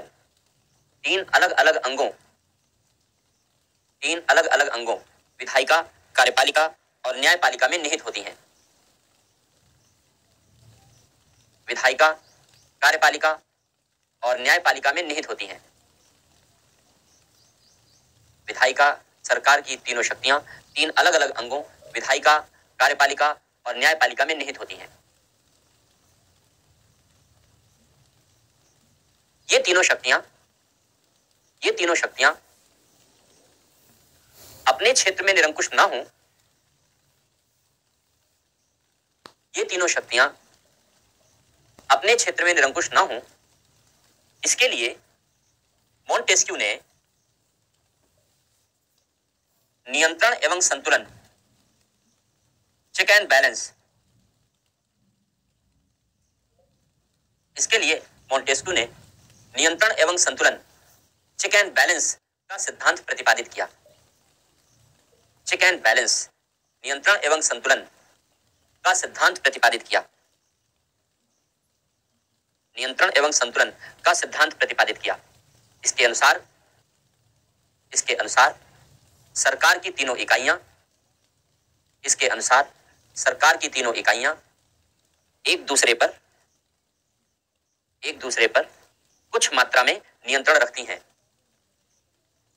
इसके अनुसार सरकार की तीनों इकाइयां एक दूसरे पर कुछ मात्रा में नियंत्रण रखती हैं, कुछ मात्रा में केवल। तो बच्चों देखो, ये दो सिद्धांत हो गए जो मॉन्टेस्क्यू ने दिए। क्वेश्चन आ चुका है, मैंने पहले ही कहा, मेन एग्जामिनेशन में भी पूछा गया है। हम क्वेश्चन लेकर आएंगे, टॉपिक कंप्लीट हो जाएगा जब संसदीय लोकतंत्र, तो हम इस यूनिट से रिलेटेड प्रीवियस ईयर के क्वेश्चन लेकर आएंगे। आपको कुछ प्रैक्टिस क्वेश्चन भी देंगे, एक कंप्लीट प्रिपरेशन की बात करेंगे। तो बच्चों, दो चीजों की बात की हमने, separation of power. Separation of power का मतलब हो गया कि विधायिका और कार्यपालिका और न्यायपालिका, यही सरकार के तीन अंग होते हैं जो हम लोग पढ़ चुके हैं। विधायिका, कार्यपालिका और न्यायपालिका तीनों अलग अलग होंगी, एक दूसरे से स्वतंत्र होकर के काम करेंगी। ये शक्ति पृथक्करण हो गया। लेकिन स्वतंत्र होकर काम करने में निरंकुश ना हो, इसलिए एक दूसरे पर कुछ ना कुछ नियंत्रण अवश्य होगा। इसी को कहते हैं चेक एंड बैलेंस। अब देखो कैसे ये दोनों लागू होते हैं, सेपरेशन और चेक एंड बैलेंस, कैसे ये व्यवहार में लागू होता है, इसको समझाने के लिए मैं आपको तीन एग्जाम्पल दूंगा। एक अमेरिका का एग्जाम्पल, एक ब्रिटेन का एग्जाम्पल, एक भारत का एग्जाम्पल। बच्चों, मैंने बताया था ना कि आपके सिलेबस में ये मेंशन किया गया है, जब आप सिलेबस देखोगे कि भारत के संविधान की अन्य देशों के संविधान के साथ तुलना, तो इस तुलना को हम लोग फिर यहाँ पर अब कर लेते हैं। देखो करना शुरू करते हैं। कैसे? अमेरिकी मॉडल, शक्ति पृथक्करण का अमेरिकी मॉडल। अब कैसा है अमेरिकी मॉडल शक्ति पृथक्करण का, इसे ध्यान से सुनो, फिर लिखाता हूं। देखो, अमेरिका की जो विधायिका है उसको कहते हैं कांग्रेस। हमारे यहाँ तो एक पार्टी है, पार्टी का नाम है, लेकिन अमेरिका की विधायिका को कहते हैं कांग्रेस। वहां विधायिका का नाम है, हर देश की विधायिका का अपना अलग अलग नाम होता है। तो अमेरिका की विधायिका का नाम है कांग्रेस। वहां की जो कार्यपालिका है, कार्यपालिका का मुखिया है राष्ट्रपति। अमेरिका की कार्यपालिका का मुखिया राष्ट्रपति है। जो बाइडेन है, ये भी जानते हैं आप, समाचार पत्रों में सुनते रहते हैं, पढ़ते रहते हैं। तो जो बाइडेन है यानी राष्ट्रपति है, कार्यपालिका का मुखिया। और वहां का एक सर्वोच्च न्यायालय है। तो सर्वोच्च न्यायालय को सर्वोच्च न्यायालय ही कहते हैं, सुप्रीम कोर्ट ही कहते हैं। तीन अंग हो गए ये। अब देखो ये तीनों अंग कैसे काम करते हैं, एक दूसरे से स्वतंत्र हैं, पूरी तरह से स्वतंत्र हैं। लेकिन पूरी तरह से स्वतंत्र होने के बावजूद भी एक दूसरे पर चेक एंड बैलेंस रखते हैं। कैसे रखते हैं? अब ये देखो, तीनों इकाइयां एक दूसरे से अलग हैं। कांग्रेस कानून बनाती है, राष्ट्रपति सरकार चलाता है और सर्वोच्च न्यायालय न्याय करता है। ये हो गया तीनों इकाइयां। ये कानून बनाती है, इतना तो बता चुका हूं, अब लिखने की जरूरत नहीं है। ये सरकार चलाता है और ये न्याय देने का काम करता है। अब चेक एंड बैलेंस कैसे होता है? देखो, कांग्रेस जब कानून बनाती है तो कांग्रेस कानून बनाने में निरंकुश ना हो जाए, इसका अर्थ ये होता है कि मनमाने तरीके से कानून न बनाने लगे। इसके लिए रोकने की व्यवस्था की गई है कि वो मनमाने तरीके से कानून न बनाए। तो बच्चों, क्या रोकने की व्यवस्था की गई कि जब कांग्रेस कोई विधेयक पारित कर देती है कानून बनाने के लिए, जो प्रस्ताव पेश किया जाता है, जो दस्तावेज पेश किया जाता है, उसको विधेयक कहते हैं, बिल कहते हैं। जब विधेयक पारित हो जाता है तब वो कानून बन जाता है। तो कांग्रेस जो विधेयक पारित करती है उस विधेयक को राष्ट्रपति के पास भेजती है। जब राष्ट्रपति अनुमति देता है तभी कानून बनता है। अगर राष्ट्रपति अनुमति न दे तो कांग्रेस कानून नहीं बना सकती। तो इस तरीके से कांग्रेस की शक्ति पर राष्ट्रपति का नियंत्रण हो गया, राष्ट्रपति का नियंत्रण हो गया। अब दूसरा एग्जाम्पल समझो, इसका उल्टा, कि राष्ट्रपति को सरकार चलाने के लिए सारे अधिकार दिए गए हैं। वह कोई भी निर्णय ले सकता है, कोई भी नीतियां बना सकता है, ये सारे काम कर सकता है राष्ट्रपति। लेकिन अमेरिका के राष्ट्रपति के इस पर कुछ प्रतिबंध भी है। जब अमेरिका का राष्ट्रपति विदेश मामले के संदर्भ में निर्णय लेता है, जैसे दूसरे देशों से संधियां की जाती हैं, दूसरे देशों से समझौते किए जाते हैं, या फिर युद्ध की घोषणा की जाती है, या जिन देशों से युद्ध चल रहा है युद्ध विराम की घोषणा होती है इत्यादि, ऐसे कुछ महत्वपूर्ण निर्णय हैं जिनका अंतर्राष्ट्रीय प्रभाव पड़ता है। ऐसे निर्णय राष्ट्रपति कांग्रेस के अनुमोदन के बिना नहीं ले सकता। कांग्रेस के अनुमोदन के बिना नहीं ले सकता। बाकी तो सारे ले सकता है, कोई दिक्कत नहीं, लेकिन कुछ महत्वपूर्ण निर्णयों पर जिसका विदेश पर अंतरराष्ट्रीय स्तर पर प्रभाव पड़े, अमेरिका के राष्ट्रपति को कांग्रेस का समर्थन चाहिए। तो देखो, दोनों पर कुछ ना कुछ चेक एंड बैलेंस हो गया ना। तो एग्जांपल देकर के मैंने आपको समझाए, कुछ ना कुछ चेक बैलेंस हो गया। अब देखो, सर्वोच्च न्यायालय की बात कर लेते हैं। अगर राष्ट्रपति कोई आदेश जारी करता है, कांग्रेस कोई कानून बनाती है, तो न्यायपालिका उसे शून्य घोषित कर सकती है, उसकी जांच कर सकती है। उसको कहते हैं न्यायिक समीक्षा करना, न्यायिक जांच करना, जुडिशियल रिव्यू का राइट रखना। तो अमेरिका के न्यायालय को जुडिशियल रिव्यू का राइट है, और इसके माध्यम से वो किसी भी कानून को रद्द कर सकता है, राष्ट्रपति के निर्णय को रद्द कर सकता है। तो न्यायपालिका का इन पर नियंत्रण हो गया। अब इनका नियंत्रण न्यायपालिका पर सुनो। देखो, जो सर्वोच्च न्यायालय के न्यायाधीश हैं, उनकी नियुक्ति राष्ट्रपति करता है, राष्ट्रपति करता है। और राष्ट्रपति नियुक्त करने से पहले यहाँ का उच्च सदन है सीनेट, जैसे हमारे यहाँ राज्यसभा काम करती है, वैसे वहां सीनेट है। तो वहां सीनेट का अनुमोदन चाहिए, तभी न्यायाधीश नियुक्त होते हैं। और इन न्यायाधीशों को, अमेरिका के सर्वोच्च न्यायालय के न्यायाधीशों को राष्ट्रपति हटाता है, लेकिन राष्ट्रपति तभी हटाता है जब कांग्रेस हटाने का प्रस्ताव पारित कर देती है। कांग्रेस हटाने का प्रस्ताव पारित करेगी, तभी राष्ट्रपति को पद से हटाया जाएगा। तो बच्चों, हमने इस एग्जाम्पल से आपको समझाया कि वैसे तो शक्ति पृथक्करण है, लेकिन इस शक्ति पृथक्करण में आप देखो एक दूसरे पर चेक एंड बैलेंस है। बच्चों, अमेरिका का मॉडल चेक एंड बैलेंस का सबसे कठोर मॉडल है। यानी जैसा मोंटेस्क्यू ने बताया था, अमेरिका ने लगभग वैसा ही लागू किया है। तो अमेरिका का सेपरेशन ऑफ पावर का मॉडल सबसे कठोर मॉडल माना जाता है। ये तो अमेरिका की बात हो गई। अब ब्रिटेन और भारत की बात करते हैं। तो पहले थोड़ा सा लिख लो अमेरिकी मॉडल को, वरना भूल जाओगे आप। तो कंटेंट अभी आपको मिल जाएगा जब, तब तो हम लिखाने का काम थोड़ा कम भी कर सकते हैं। अभी लिख लो आप, लिखो बच्चों, लिखो यहाँ पर अमेरिकी मॉडल में लिखना, अमेरिका में शक्ति पृथक्करण का कठोर मॉडल अपनाया गया है। ये लिखना ना, लिखना, चलो लिखो, अमेरिका में शक्ति पृथक्करण का कठोर मॉडल अपनाया गया है। अमेरिका में शक्ति पृथक्करण का कठोर मॉडल अपनाया गया है। विधायिका, कार्यपालिका और न्यायपालिका, विधायिका में लिखे कांग्रेस, विधायिका ब्रैकेट में लिखे कांग्रेस, कार्यपालिका ब्रैकेट में लिखे राष्ट्रपति, विधायिका ब्रैकेट में लिखे कांग्रेस, कार्यपालिका ब्रैकेट में लिखे राष्ट्रपति, और सर्वोच्च न्यायालय, और सर्वोच्च न्यायालय, तीनों एक दूसरे से पूर्ण रूप से पृथक हैं, अलग हैं। तीनों एक दूसरे से पूर्ण रूप से पृथक हैं, अलग हैं।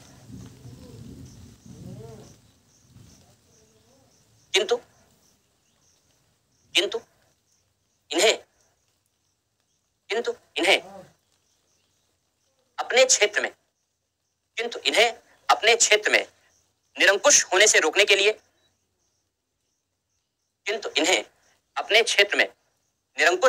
रोकने के लिए, अवरोध और संतुलन को लागू किया गया है। अवरोध और संतुलन को लागू किया गया है, या नियंत्रण एवं संतुलन, हिंदी में कोई भी अनुवाद कर लेते हैं। चेक एंड बैलेंस को लागू किया गया है। जैसे लिखो कैसे लागू किया गया है। जैसे कांग्रेस को कानून बनाने की शक्ति है, कांग्रेस को कानून बनाने की शक्ति है, किंतु इसके लिए राष्ट्रपति की अनुमति चाहिए,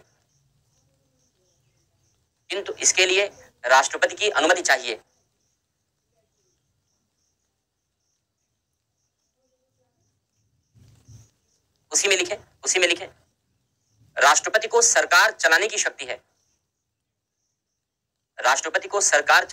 है, किंतु राष्ट्रपति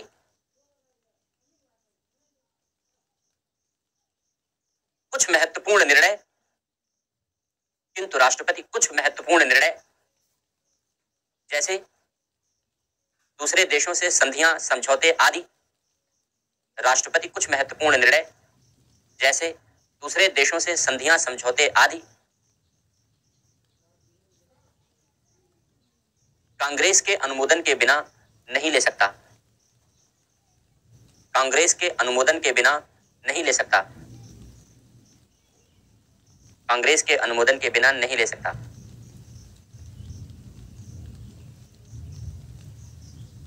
अमेरिका का सर्वोच्च न्यायालय, उसी में कंटिन्यू करें। अमेरिका का सर्वोच्च न्यायालय कांग्रेस के कानूनों को रद्द कर सकता है या जांच कर सकता है, न्यायिक पुनर्विलोकन कर सकता है। ज्यादा अच्छा शब्द है, न्यायिक पुनर्विलोकन कर सकता है। अभी पढ़ाया नहीं इसलिए नहीं लिखाया, आगे पढ़ाएंगे। अमेरिका का सर्वोच्च न्यायालय कांग्रेस के कानूनों का न्यायिक पुनर्विलोकन कर सकता है या रद्द कर सकता है। न्यायिक पुनर्विलोकन कर सकता है या रद्द कर सकता है। दूसरी ओर न्यायाधीशों की नियुक्ति, न्यायाधीशों की नियुक्ति और पदमुक्ति हटाए जाने, न्यायाधीशों की नियुक्ति और हटाए जाने में, दूसरी ओर न्यायाधीशों की नियुक्ति और हटाए जाने में राष्ट्रपति और कांग्रेस की भूमिका होती है। राष्ट्रपति और कांग्रेस की भूमिका होती है। तो ये हो गया बच्चों शक्ति पृथक्करण का अमेरिकी मॉडल। अब आप देखो ब्रिटिश मॉडल शक्ति पृथक्करण का।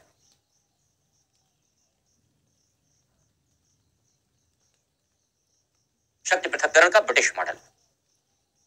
अब ब्रिटिश मॉडल क्या है समझो, फिर लिखाते हैं। देखो हमने बताया कि अमेरिका में शक्ति पृथक्करण का कठोर मॉडल है।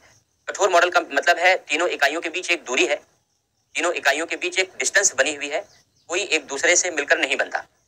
लेकिन ब्रिटेन में इससे थोड़ा अलग है। ब्रिटेन में जो विधायिका है उसको संसद कहते हैं।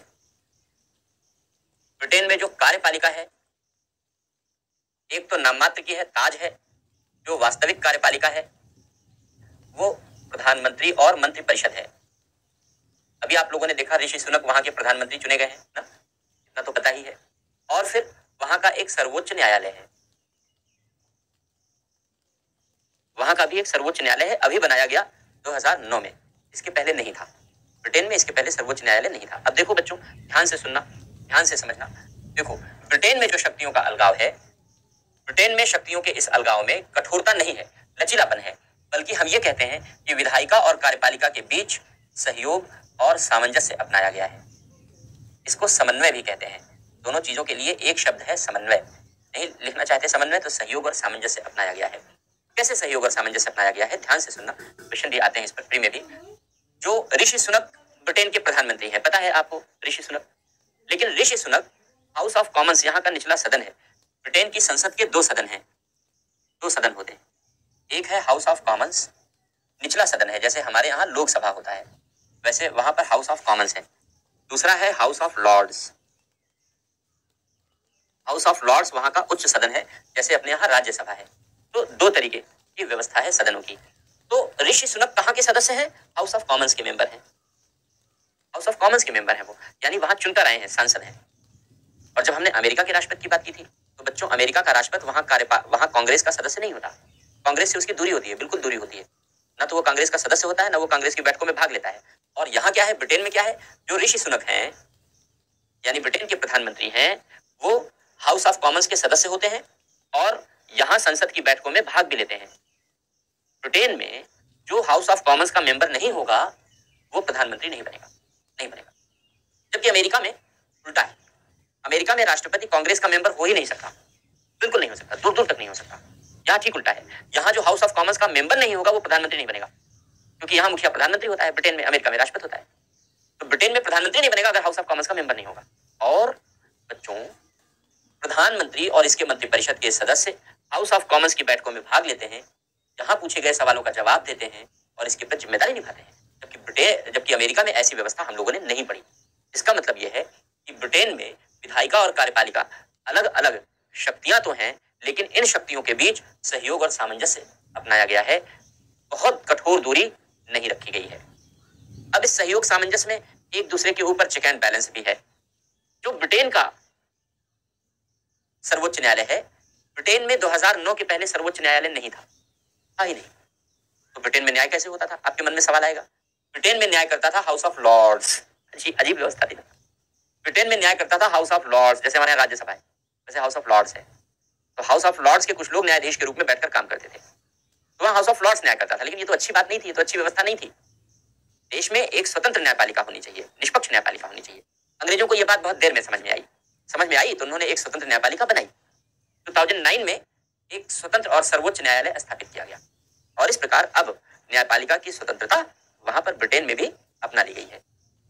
तो इस तरीके से ब्रिटिश मॉडल ज्यादा लचीला मॉडल प्रस्तुत करता है। अब हम लोग भारत की चर्चा करेंगे। पहले आप इसे जरा 2-4 पंक्तियों में लिख लो। लिखो बच्चों, ब्रिटेन की प्रणाली लिखो। ब्रिटेन की प्रणाली शक्तियों के लचीले पृथक्करण पर आधारित है। ब्रिटेन की प्रणाली शक्तियों के लचीले पृथक्करण पर आधारित है, अर्थात शक्तियों के लचीले पृथक्करण पर आधारित है, अर्थात यह विधायिका एवं कार्यपालिका के मध्य, अर्थात यह विधायिका एवं कार्यपालिका के मध्य, अर्थात यह विधायिका एवं कार्यपालिका के मध्य सहयोग एवं सामंजस्य पर आधारित है, अर्थात यह विधायिका एवं कार्यपालिका के मध्य सहयोग एवं सामंजस्य पर आधारित है। यह विधायिका एवं कार्यपालिका के मध्य सहयोग एवं सामंजस्य पर आधारित है, अर्थात दोनों के मध्य समन्वय के सिद्धांत पर आधारित है, अर्थात दोनों के मध्य समन्वय के सिद्धांत पर आधारित है।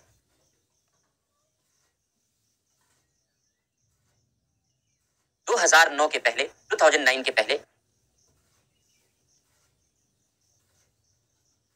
2009 के पहले ब्रिटेन में स्वतंत्र और निष्पक्ष न्यायपालिका नहीं थी।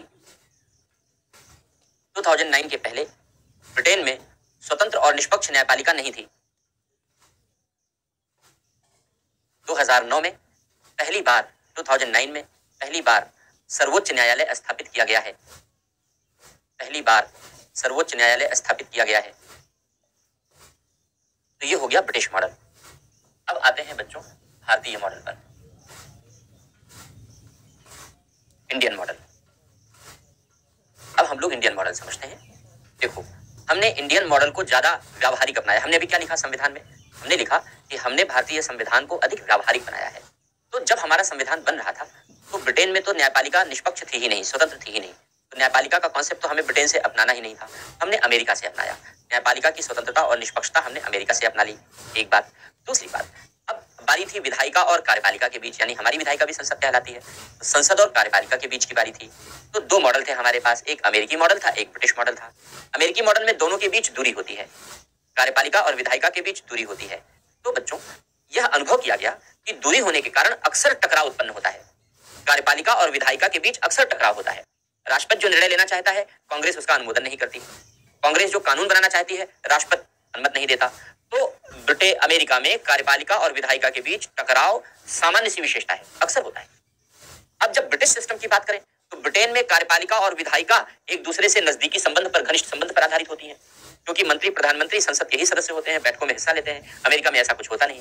तो यहाँ पर टकराव उत्पन्न होने की संभावना नहीं होती, यहाँ कोई मतभेद नहीं होता, यहाँ कोई समस्या नहीं होती। तो उसका प्रभाव ये हुआ, इन दोनों तुलना का प्रभाव ये हुआ कि हमारे संविधान निर्माताओं ने ये सोचा कि हम टकराव वाली व्यवस्था क्यों अपनाएं, हम ऐसी व्यवस्था अपनाएं जिसमें सहयोग हो, जिसमें सामंजस्य हो, तालमेल हो। हम ऐसी व्यवस्था अपनाएं, सरकार चलाने में अच्छा होगा। अगर हम अमेरिकी जैसी व्यवस्था को अपना लें तो टकराव होगा। तो बच्चों, इस बात को ध्यान में रखते हुए हमारे संविधान निर्माताओं ने तय किया कि विधायिका और कार्यपालिका के बीच, विधायिका यानी संसद और कार्यपालिका के बीच हमने ब्रिटिश मॉडल को अपना लिया, अंग्रेजी मॉडल को अपना लिया, जो सहयोग और सामंजस्य पर आधारित था। लेकिन जब न्यायपालिका की बारी आई तो ब्रिटेन में हमने देखा कि हाउस ऑफ लॉर्ड्स न्याय करता है, यानी जनता के प्रतिनिधि न्याय करेंगे। ये तो अच्छी बात नहीं है भाई। न्याय करने की जिम्मेदारी तो निष्पक्ष होनी चाहिए, स्वतंत्र होनी चाहिए।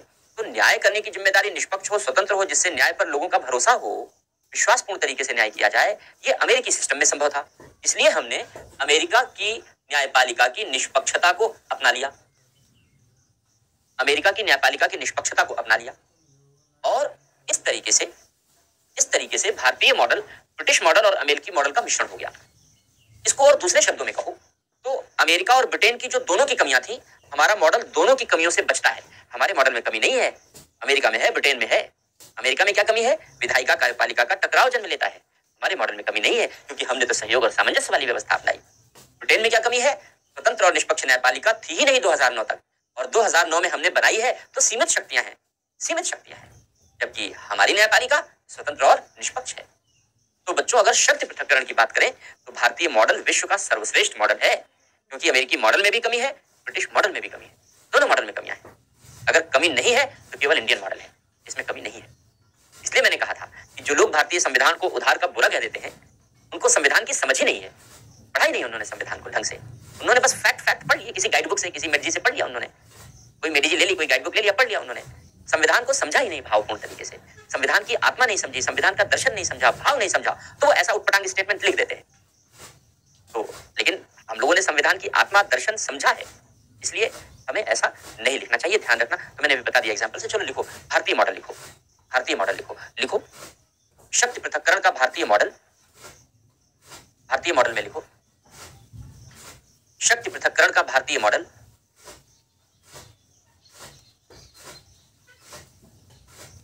अमेरिकी और ब्रिटिश मॉडल की तुलना में, अमेरिकी और ब्रिटिश मॉडल की तुलना में अधिक व्यावहारिक है, अधिक व्यावहारिक है, अधिक व्यावहारिक है। कार्यपालिका और विधायिका के मध्य, लिखिएगा, कार्यपालिका और विधायिका के मध्य शक्तियों का टकराव रोकने के लिए, कार्यपालिका और विधायिका के मध्य शक्तियों का टकराव रोकने के लिए ब्रिटिश मॉडल की भांति, ब्रिटिश मॉडल की भांति सहयोग और सामंजस्य का सिद्धांत अपनाया गया है, सहयोग और सामंजस्य का सिद्धांत अपनाया गया है, सहयोग और सामंजस्य का सिद्धांत अपनाया गया है। ब्रिटिश मॉडल की भांति सहयोग और सामंजस्य का सिद्धांत अपनाया गया है। अर्थात अर्थात दोनों के मध्य, अर्थात दोनों के मध्य शक्तियों का लचीला पृथक्करण, अर्थात दोनों के मध्य शक्तियों का लचीला पृथक्करण अपनाया गया है, अर्थात दोनों के मध्य शक्तियों का लचीला पृथक्करण अपनाया गया है, जिसमें जिसमें कार्यपालिका और विधायिका के बीच, जिसमें कार्यपालिका और विधायिका के बीच घनिष्ठ संबंध बना रहता है, जिसमें कार्यपालिका और विधायिका के बीच घनिष्ठ संबंध बना रहता है, कार्यपालिका और विधायिका के बीच घनिष्ठ संबंध बना रहता है, और कार्यपालिका विधायिका के प्रति, और कार्यपालिका विधायिका के प्रति उत्तरदायी बनी रहती है, और कार्यपालिका विधायिका के प्रति उत्तरदायी बनी रहती है। विधायिका कार्यपालिका के प्रति उत्तरदायी बनी रहती है। उसी में लिखें, विधायिका विधायिका कार्यपालिका पर नियंत्रण भी रखती है, विधायिका कार्यपालिका पर नियंत्रण भी रखती है, विधायिका कार्यपालिका पर नियंत्रण भी रखती है। लिखिएगा उसी में, न्यायपालिका की स्थापना में, न्यायपालिका की स्थापना में अमेरिकी मॉडल अपनाया गया है, न्यायपालिका की स्थापना में अमेरिकी मॉडल अपनाया गया है, न्यायपालिका की स्थापना में अमेरिकी मॉडल अपनाया गया है, और स्वतंत्र और निष्पक्ष न्यायपालिका की स्थापना की गई है, और स्वतंत्र और निष्पक्ष न्यायपालिका की स्थापना की गई है। स्वतंत्र और निष्पक्ष न्यायपालिका की स्थापना की गई है। बच्चों, ये मैंने आपको प्रावधान लिखाया है, ये आपको किसी भी किताब में नहीं मिलेगा इस तरीके से, जिस तरीके से मैंने लिखाया है। और आंसर जब क्वेश्चन आता है तो आप क्वेश्चन के आंसर इसी तरीके से आप यहाँ से मैटर लेकर के लिख सकते हो। जो भी क्वेश्चन मिलेगा वो इसी के इर्द गिर्द ही मिलेगा। बुक्स में जिस तरीके से दिया गया होता है, प्री के क्वेश्चन तो हो सकता है आप कर ले जाओ, मेन एग्जामिनेशन के क्वेश्चन नहीं कर पाओगे, क्योंकि इस तरीके से डिटेल में आपको किताबों में लिखा नहीं मिलेगा। तो इसलिए इसको ध्यान से समझ लेना, ध्यान से लिख लेना और ध्यान से पढ़ लेना, क्योंकि आपके पास जो भी किताब होंगी आप देख लेना, आपको मिलेगा नहीं इस तरीके से। जबकि एग्जाम में जो क्वेश्चन आते हैं, आपको क्वेश्चन के अकॉर्डिंग ही हम यहाँ पर पढ़ा रहे हैं, जिससे कि जब आप एग्जाम में अपियर हो तो आप अच्छे से आंसर को कर सकें, बढ़िया तरीके से आंसर लिख सकें। तो बच्चों, ये शक्ति पृथक्करण का मॉडल हो गया, हम लोगों ने पढ़ा, ठीक है। अब इस शक्ति पृथक्करण के मॉडल के बाद एक बात और, जैसे हम लोग पढ़ते हैं ना, किस देश से कौन से संविधान ग्रहण किए गए, कौन से प्रावधान ग्रहण किए गए, ये भी अक्सर प्री में कभी कभी आता है। हालांकि आईएएस में तो नहीं पूछा जाता, रियली ये है, ऐसा पूछ लिया जाए, स्टेट वगैरह में तो खूब आता है। तो किस देश से कौन सा प्रावधान ग्रहण किया गया है, जब आपको नोट्स दिए जाएंगे इकट्ठा पूरा बना करके एक पीडीएफ, तो उस नोट्स में सारी बातें वहां पर लिखी होंगी, मेंशन होंगी, तो आप उस टेबल से उसको याद कर लेना। इसलिए वो फैक्ट है, मैं आपको नहीं लिखा रहा हूँ, वो फैक्ट आपको हर बुक में मिल जाता है, वो मैं नहीं लिखा रहा हूँ। जो एनालिसिस है, जो आपको बुक में नहीं मिलने वाली है, वो सारी चीजें मैं आपको साथ साथ लिखाता चल रहा हूँ यहाँ पर। अगली है बच्चे संविधान की सर्वोच्चता, सुप्रीमेसी ऑफ द कॉन्स्टिट्यूशन। ये प्री में पूछा जाता है, ये मेन में नहीं आता, प्री में आता है, इस तरीके का क्वेश्चन पूछा जाता है। तो तीन चीजें हैं, एक भारत में, अमेरिका में और ब्रिटेन में। भारत में संविधान की सर्वोच्चता अपनाई गई है, भारत में संविधान की सर्वोच्चता अपनाई गई है। इसका मतलब यह है कि हमने संविधान को ही सर्वोच्च दर्जा दिया है, हमने संविधान को ही मान्यता दी है, सर्वोच्च। अगर केंद्र और राज्य के बीच कोई विवाद होगा तो संविधान के अंतर्गत ही समाधान होगा, राज्यों के बीच कोई विवाद होगा तो संविधान के अंतर्गत ही समाधान होगा। तो बच्चों, हमने संविधान को सबसे ज्यादा महत्व दे रखा है, हमारे देश में संविधान की सर्वोच्चता है, हमने कानूनी दस्तावेज को सबसे ज्यादा इंपॉर्टेंस दी है। लेकिन अन्य देशों में ऐसा नहीं है, अन्य देशों ने सरकार के अंगों को महत्व दिया है और सरकार के अंगों को सर्वोच्चता दी है, सरकार के अलग अलग अंगों को सर्वोच्चता दी है। जैसे अमेरिका ने न्यायपालिका की सर्वोच्चता अपनाई है,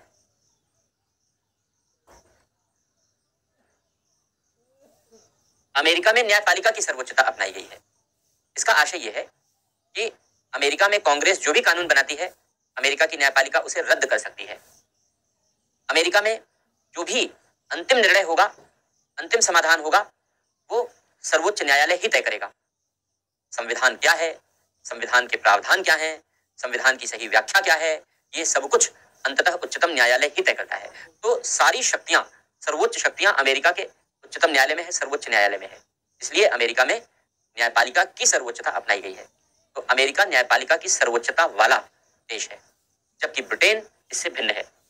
ब्रिटेन में संसद की सर्वोच्चता अपनाई गई है, पार्लियामेंट्री सुप्रीमेसी है। ब्रिटेन में पार्लियामेंट्री सुप्रीमेसी है, ब्रिटेन की संसद ही सर्वोच्च है। इसका मतलब क्या हुआ? इसका मतलब यह हुआ कि ब्रिटेन की संसद ने अगर कानून बना दिया तो अमेरिका की न्यायपालिका उसे रद्द नहीं कर सकती। बहुत सीमित अधिकार है, बहुत सीमित अधिकार है न्यायपालिका को विचार करने और रद्द करने का। अगर ब्रिटेन की संसद ने कोई संविधान संशोधन कर लिया, संविधान के कोई प्रावधान तय कर लिया, तो ब्रिटेन की न्यायपालिका उसे रद्द नहीं कर सकती। तो ब्रिटेन की संसद को ब्रिटेन की न्यायपालिका पर ज्यादा महत्व दिया गया है, ज्यादा अधिकार दिया गया है। इसको कहते हैं संसदीय सर्वोच्चता का सिद्धांत। अर्थात ब्रिटेन में सब कुछ वही होगा जो ब्रिटेन की संसद तय करेगी। सब कुछ ब्रिटेन की संसद के द्वारा तय किया जाता है, इसलिए ब्रिटेन की संसद, ब्रिटेन के प्रावधान को कहते हैं संसदीय सर्वोच्चता का सिद्धांत। एक आलोचना की जाती है ब्रिटेन की संसदीय सर्वोच्चता की, उस आलोचना से आप इसकी महत्ता का अंदाजा लगा लेंगे, अनुमान लगा लेंगे। बच्चों, ब्रिटेन की संसद की आलोचना में कहा जाता है कि ब्रिटेन की संसद दुनिया का सारा काम कर सकती है, बस वह पुरुष को स्त्री और स्त्री को पुरुष नहीं बना सकती, इसके अलावा वह सारा कार्य कर सकती है। तो ये ब्रिटेन की संसद के आलोचक कहते हैं, यह दिखाने के लिए कि ब्रिटेन की संसद के पास कितनी पावर है। सारी पावर ब्रिटेन की संसद के पास नहीं है। तो ब्रिटेन में संसद की सर्वोच्चता अपनाई गई है, अमेरिका में न्यायपालिका, भारत में संविधान की सर्वोच्चता। हमने किसी सरकार के अंग की सर्वोच्चता नहीं अपनाई है, बल्कि हमने एक संतुलन स्थापित किया है। और इसीलिए हमने कहा ना, देखो, भारतीय संविधान उधार का बोरा नहीं है। जो लोग कहते हैं उन्हें समझ नहीं संविधान की, उन्होंने संविधान को ढंग से समझा ही नहीं, रट्टा मारा है कहीं से कुछ चीजें, बस काम चल रहा है उनका, समझा है ही नहीं उन्हें संविधान। आप देखो, अगर इन तीनों चीजों में सबसे बुद्धिमत्ता वाली बात करो, कि सबसे बुद्धिमत्ता वाली बात कौन सी है, तो सबसे बुद्धिमत्ता वाली बात यही है, भारत की बात। भारत की बात ही सबसे बुद्धिमत्ता वाली बात है। क्यों? क्योंकि ब्रिटेन ने संसद को सर्वोच्च मान लिया, अमेरिका ने न्यायपालिका को सर्वोच्च मान लिया। हमने कहा कि हम किसी संस्था को सर्वोच्च नहीं मानेंगे, हम किसी संस्था को सर्वोच्च नहीं मानेंगे, हम संविधान को सर्वोच्च मानेंगे। तो हमने संविधान को सर्वोच्च माना। तो बच्चों, भारतीय संविधान उधार का बोरा नहीं है। संविधान की गलत समझ रखने वाले, ना समझ लोग जो संविधान की समझ नहीं रखते, वो कहते हैं उधार का बोरा है, क्योंकि उन्होंने सिर्फ रट ली है कुछ चीजें, समझा ही नहीं कि संविधान है क्या, संविधान की आत्मा क्या है, संविधान का दर्शन क्या है, फिलॉसफी क्या है। तो ये हो गए बच्चे कुछ चर्चा। आज संविधान की कुछ विशेषताओं में हम लोगों ने कुछ बातें पढ़ी हैं। अब हम लोग संसदीय और अध्यक्षात्मक लोकतंत्र की चर्चा करेंगे। भारत में संसदीय लोकतंत्र अपनाया गया है, अध्यक्षात्मक लोकतंत्र अमेरिका में अपनाया गया है। दोनों की तुलना करेंगे। तुलना पर मेन एग्जामिनेशन में भी क्वेश्चन आते हैं, प्री में भी क्वेश्चन पूछे जाते हैं। कैसे क्वेश्चन आते हैं, क्वेश्चन लेकर हम आएंगे। पहले हम लोग इन प्रावधानों को समझ लेते हैं। तो अब समय आज ज्यादा नहीं बचा है, लगभग खत्म होने वाला है। तो मैं अपने स्टूडियो इंजीनियर से कहूंगा कि चैट ऑन कर दे मेरे सामने स्क्रीन पर, मेरे सामने, क्योंकि हमारी स्क्रीन ऑफ, मैं स्क्रीन ऑफ करवा देता हूँ चैट की, क्योंकि मैंने शुरू के 2 दिनों में देख लिया कुछ बच्चे ऐसे हैं जो पढ़ने नहीं आए हैं, वो जो पढ़ने वाले बच्चे हैं उनको डिस्टर्ब करने आए हैं। तो मैं अब अपनी स्क्रीन, मेरे सामने जो स्क्रीन होती है, मैंने उसका चैट ऑफ करवा दिया है। मैं अंतिम 10 मिनट में, मैंने कहा था मैं ऑन करवाऊंगा, तो ठीक है, चैट ऑन कर दीजिए मेरे लिए और मैं बच्चों के क्वेश्चन देख लूँ। क्वेश्चन राष्ट्रवाद की भावना में बोल रहे हैं। नहीं नहीं, राष्ट्रवाद की भावना नहीं, तर्क की भावना में बोल रहे हैं। अगर आपने पढ़ा है तब समझा होगा, नहीं पढ़ा है तो नहीं समझा होगा। आपको समझने वाले ने पढ़ाया होगा तो समझा होगा, ना समझने पढ़ाया है तो नहीं समझा होगा। बड़ी सीधी सी बात है। आप चीजों को कितनी गहराई से समझते हैं, ये महत्वपूर्ण है ना। और ये आप तब समझते हैं जब आपके पास स्रोत मल्टीपल होते हैं। दार्शनिक स्रोतों से आप संविधान पढ़ते हैं, गाइड बुक से संविधान पढ़ेंगे तो फिर ऐसे ही कहेंगे जैसे लिख रहे हैं आप, है ना। तो ये बात राष्ट्रवाद की नहीं है, ये बात तार्किक अध्ययन की है। संविधान वैसे तो राष्ट्रवाद है ही, अच्छी बात है कि हमारे और आपके अंदर राष्ट्रवाद हो, लेकिन ये तार्किक अध्ययन है संविधान का। जो लोग नहीं लिखते उनको मैंने पहले कह दिया, उन्होंने संविधान सिर्फ रट्टा मारा है, समझा नहीं है। बेयर है, बहुत तेजी से क्वेश्चन जाने शुरू हो गए आपके, तो कुछ क्वेश्चन मैं पढ़ने की कोशिश करता हूँ। नोट्स बच्चे मिलेगा, बिल्कुल मिलेगा आपको, समय पर मिल जाएगा, क्योंकि सारा नोट्स कंपाइल हो रहा है और कंपाइल हो करके मजा आ गया पढ़ने में। अमित कहते हैं वेरी गुड, अमित बहुत अच्छा, कीप इट अप, ऐसे ही कंटिन्यू रखिए, ऐसे ही कंटिन्यू रखिए। तार्किक नहीं है, सैम कहते हैं पता नहीं क्या तार्किक नहीं है, उनको कुछ चीज समझ में नहीं आई तार्किक। तो तार्किक दिमाग से बैठेंगे तो समझ में आ जाएगा। अनुमोदन क्या है? जब संसद किसी चीज को संस्तुत कर देती है ना, समर्थन कर देना, कोई भी चीज का समर्थन करना, अनुमोदन, पारित कर देना, अनुमोदन, तो उसे अनुमोदन कहते हैं। आयरलैंड के संविधान करेंगे बच्चे, आयरलैंड के संविधान जब हम लोग डीपीएसपी आएंगे ना, नीति निदेशक तत्व आएंगे, तो वहां पर तुलना करेंगे, तर्क संगत करेंगे। स्क्रीन क्लियर नहीं थी, अच्छा मैं अभी स्टूडियो इंजीनियर से कह देता हूँ, एक बार चेक कर लेंगे। वैसे यहाँ हमारे एंड से तो क्लियर था, मुझे जो लग रहा था। एनसीईआरटी की कौन सी किताब पढ़े बच्चे? मैंने बता दिया था, एक एनसीईआरटी की भारतीय संविधान सिद्धांत और व्यवहार है, सिद्धांत और व्यवहार को पढ़ना है, और एक लोकतांत्रिक राजनीति, केवल 2 किताब पढ़नी है एनसीईआरटी की। प्राथमिक से समझाने का प्रयास करें, प्राथमिक से ही समझा रहे हैं बच्चे, ये बेसिक है। अब इससे और कम बेसिक क्या होगा? बेसिक से लेकर के अपडेट तक हमने पूरा समझाया है। हमने आपको बताया शक्ति पृथक्करण क्या है, हमने आपको बताया कि अवरोध और संतुलन क्या है, इसका अर्थ लिखाने के बाद हमने तीनों मॉडल। आदित्य कहते हैं मजा आ गया, डाउट नहीं है, किसी बच्चे ने लिखा नाम नहीं पढ़ पाया, वेरी गुड, बहुत अच्छा है बच्चे, very good, keep it up, keep it up, ऐसे ही पढ़ते रहो, ऐसे ही पढ़ते रहो। निश्चित रूप से आप बेहतर करोगे, निश्चित रूप से आप बहुत अच्छा करोगे। समन्वय क्या है? हाँ, समन्वय कहते हैं सहयोग और तालमेल दोनों के लिए एक शब्द प्रयोग किया जाता है, समन्वय। जैसे मान लो कि 2 या 2 से अधिक लोग हैं, वो आपस में सहयोग करने के लिए तैयार हैं, लेकिन तालमेल नहीं है, तो समन्वय नहीं होगा। जब सहयोग भी हो, तालमेल भी हो, तो उसको कहते हैं समन्वय, सामंजस्य। जैसे मान लो एक ऑर्केस्ट्रा है ना, ऑर्केस्ट्रा में सारे जितने भी लोग इंस्ट्रूमेंट प्ले कर रहे हैं, कोई तबला बजा रहा है, कोई ढोलक बजा रहा है, कोई सिंथेसाइजर बजा रहा है, तो सब एक दूसरे को सहयोग कर रहे हैं और सब आपस में एक दूसरे के साथ तालमेल बैठा रहे हैं, तो अच्छी ध्वनि निकल रही है। मान लो अगर हमने सबके कान में कॉटन लगा दिया, रुई लगा दी और बोला अब बजाओ, तो सब एक दूसरे का सहयोग तो कर रहे हैं, लेकिन तालमेल नहीं हो पाएगा। अब जब तालमेल नहीं होगा तो फिर कर्ण भेदी ध्वनि निकलेगी, कान को प्रिय लगने वाली ध्वनि नहीं निकलेगी। तो बच्चों, सहयोग और तालमेल दोनों को मिलाकर के जो शब्द बनता है, या सहयोग और सामंजस्य दोनों को मिलाकर जो शब्द बनता है, वह है समन्वय। ठीक है। और कॉन्स्टिट्यूशन अमेरिका में अलग होने से विवाद क्यों नहीं? नहीं, कॉन्स्टिट्यूशन अब हर देश का है बच्चे, हर देश का है, लेकिन अमेरिका में चूंकि कार्यपालिका और विधायिका भिन्न भिन्न है, इसलिए, और दोनों के बीच दूरी है, सहयोग और सामंजस्य की व्यवस्था नहीं है, इसलिए विवाद उत्पन्न होता है। दुष्यंत कहते हैं लचीला पृथक्करण क्या है? देखो, लचीला पृथक्करण का अर्थ है कि सहयोग और सामंजस्य अपनाया गया है, दूरी नहीं अपनाई गई है। घनिष्ठ संबंध अपनाया गया है, दूरी नहीं अपनाई गई है। तो घनिष्ठ संबंध को कहते हैं लचीला, दूरी को कहते हैं कठोरता। ऐसे समझो, दूरी को कहते हैं कठोरता और घनिष्ठ संबंध को कहते हैं लचीला। अच्छा, किसी बच्चे ने लिखा कि स्पीड कम लगी है लिखाने में बच्चे मैं स्पीड ठीक रखूंगा, कम और ज्यादा का प्रश्न नहीं है, क्योंकि आपको एग्जाम में 4000 शब्द लिखने हैं 3 घंटे में, 3 घंटे में। अब जरा एक बार कैलकुलेट करके देखना कि आपकी जो स्पीड है उस स्पीड से आप कैसे लिख पाते हो। 180 मिनट्स है, 180 मिनट है, और उस 180 मिनट में 4000 शब्द लिखने हैं। उसमें भी पूरे 180 मिनट मिलते नहीं, कॉपी भरनी है, अटेंडेंस भरनी है, तमाम चीजें हैं, क्वेश्चन का आंसर सोचना है। तो ऐसी दशा में आपके पास जो इफेक्टिव मिनट्स है कम हो जाएंगे। तो बच्चे अगर स्पीड अच्छी नहीं होगी तो आप लिख नहीं पाएंगे। तो अगर आपकी स्पीड अच्छी नहीं है तो मैं आपकी प्रैक्टिस करा रहा हूँ। पंकज ने कहा बहुत अच्छे से समझ में आया, थैंक यू पंकज, बहुत अच्छे से पढ़िए, ऐसे ही पढ़ते रहिए, कीप इट अप। कोई बुक बच्चे मैंने पहले दिन बता दी है, कोई बुक पढ़ने की आवश्यकता अभी नहीं है। अभी आप एनसीईआरटी पढ़िए या फिर एनसीईआरटी के लेक्चर चल रहे हैं वो देखिए, और बाकी जो यहाँ से नोट्स मिल जाएंगे वो पढ़ते चलिए। बच्चे उदार संविधान और कठोर संविधान वो संविधान संशोधन के आधार पर बनते हैं, वो हम आगे चर्चा करेंगे। कोई संविधान को लचीला या कठोर कहते हैं, वो संविधान संशोधन के आधार पर कहते हैं, वो आगे चर्चा करेंगे। किसी बच्चे ने लिखा था, नाम नहीं पढ़ पाया मैं, तेजी से निकल गया चैट, कि बाकी की विशेषताएं। बच्चे देखो, जब हमने टॉपिक शुरू किया था तो शुरू करने के दौरान ही हमने कह दिया था कि हम यहाँ पर सारी विशेषता नहीं कवर करेंगे, केवल कुछ ही विशेषता कवर करेंगे जो आगे हम नहीं पढ़ेंगे, जिनको आगे पढ़ेंगे। जैसे जब आप किताबों में चैप्टर देखते हो तो मूलाधिकार भी लिखा रहता है, नीति निर्देशक तत्व भी लिखा रहता है, हम उन्हें आगे पढ़ेंगे। तो जब उन्हें आगे पढ़ना ही है तो अभी क्यों पढ़े, रिपीटिशन होगा, चीजों का रिपीटिशन होगा, तो इसलिए अभी नहीं पढ़ रहे हैं, आगे पढ़ेंगे। ठीक है अश्विनी, थैंक यू। आप मेरा जोश आपको जोश देता है, तो आप लोगों का ये जोश पढ़ने का मुझे भी जोश देता है कि मैं आप लोगों को बहुत अच्छे से पढ़ाऊं, पूरी ऊर्जा के साथ पढ़ाऊं, और अब जो भी चीजें आपके एग्जाम के लिए उपयोगी हैं वो सारी की सारी चीजें आपको जरूर बताऊं, जिससे कि आप एग्जाम में सफल हो सकें। अमेरिका में राष्ट्रपति कैसे बनता है ये चर्चा आएगी बच्चे, ये हम लोग बताएंगे आपको जब राष्ट्रपति पढ़ेंगे ना। संसदीय प्रणाली के बाद हमने आपको सिलेबस में लिखाया है कि राष्ट्रपति से हम लोग शुरुआत करेंगे, तो हम लोग बताएंगे कि भारत का राष्ट्रपति कैसे चुना जाता है, अमेरिका का राष्ट्रपति कैसे चुना जाता है, ये चर्चा करेंगे। ठीक है, thank you Ashutosh, thank you, thank you. और भी बच्चों ने लिखा ये समझ में आ रहा है, अच्छे से समझ में आ रहा है, मजा आ गया प्रदीप, चलिए प्रदीप बहुत अच्छा, कीप इट अप, ऐसे ही बनाए रखिए, नाइस क्लास, अच्छा ठीक, बहुत अच्छा।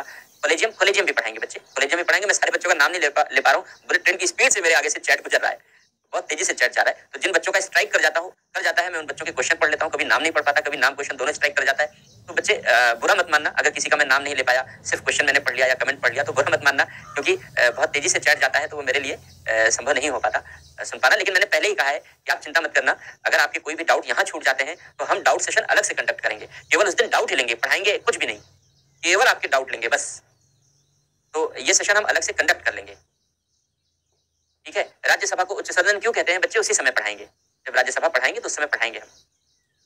जहां संविधान होता है वहां संविधानवाद अनिवार्य है, नहीं बच्चे, जहां संविधान है हर जगह संविधानवाद होना जरूरी नहीं है। जैसे देखो, पाकिस्तान में संविधान है, संविधानवाद नहीं है, चीन में संविधान है, संविधानवाद नहीं है, भारत में संविधान भी है, संविधानवाद भी है, क्योंकि संविधानवाद का अर्थ होता है संविधान के अनुसार चलने वाली सरकार, और ऐसी सरकार में लोकतंत्र का होना भी जरूरी है, ऐसी सरकार के पास सीमित शक्तियां होना भी जरूरी है। तो जब तक इस प्रकार से विशेषताएं नहीं होती, शक्तियों का अलगाव नहीं होता, यानी उदार व्यवस्था नहीं होती सॉरी, तब तक हम वहां संविधानवाद नहीं कहते। तो जैसे चीन है, पाकिस्तान है, इन देशों में संविधानवाद नहीं कहा जाता। ठीक है, तो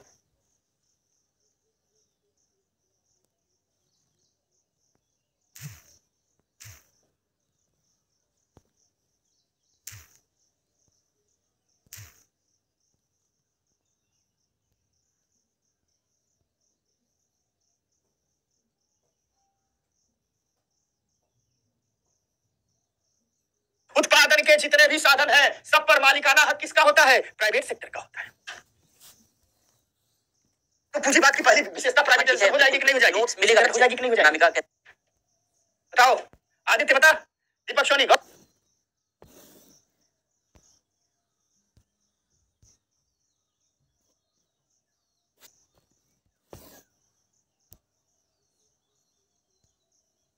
कहती है नोट्स कब मिलेगा, जल्दी मिलेगा, नोट्स आपको मिलेगा। एक्चुअली पहले ये तय किया गया था कि हम एक एक टॉपिक आपको पढ़ाएंगे और नोट्स देते जाएंगे सॉरी, लेकिन बाद में ये तय किया गया कि इससे आपके पास पीडीएफ बहुत सारे हो जाएंगे, आप उनको एक साथ कंपाइल नहीं कर पाओगे, एक साथ रख नहीं पाओगे, इसलिए ज्यादा अच्छा होगा कि सारे नोट्स के पीडीएफ को एक फाइल में बना के आपको आपके साथ शेयर किया जाए, जिससे पॉलिटी का पूरा नोट्स आपके पास हो। इसी वजह से आपको नहीं दिया गया, थोड़ा सा डिले हो गया, लेकिन आपको शीघ्र मिल जाएगा, जल्दी ही मिल जाएगा। ठीक है, हाँ बिल्कुल, मेंटरशिप भी स्टार्ट होनी है, बिल्कुल होनी है।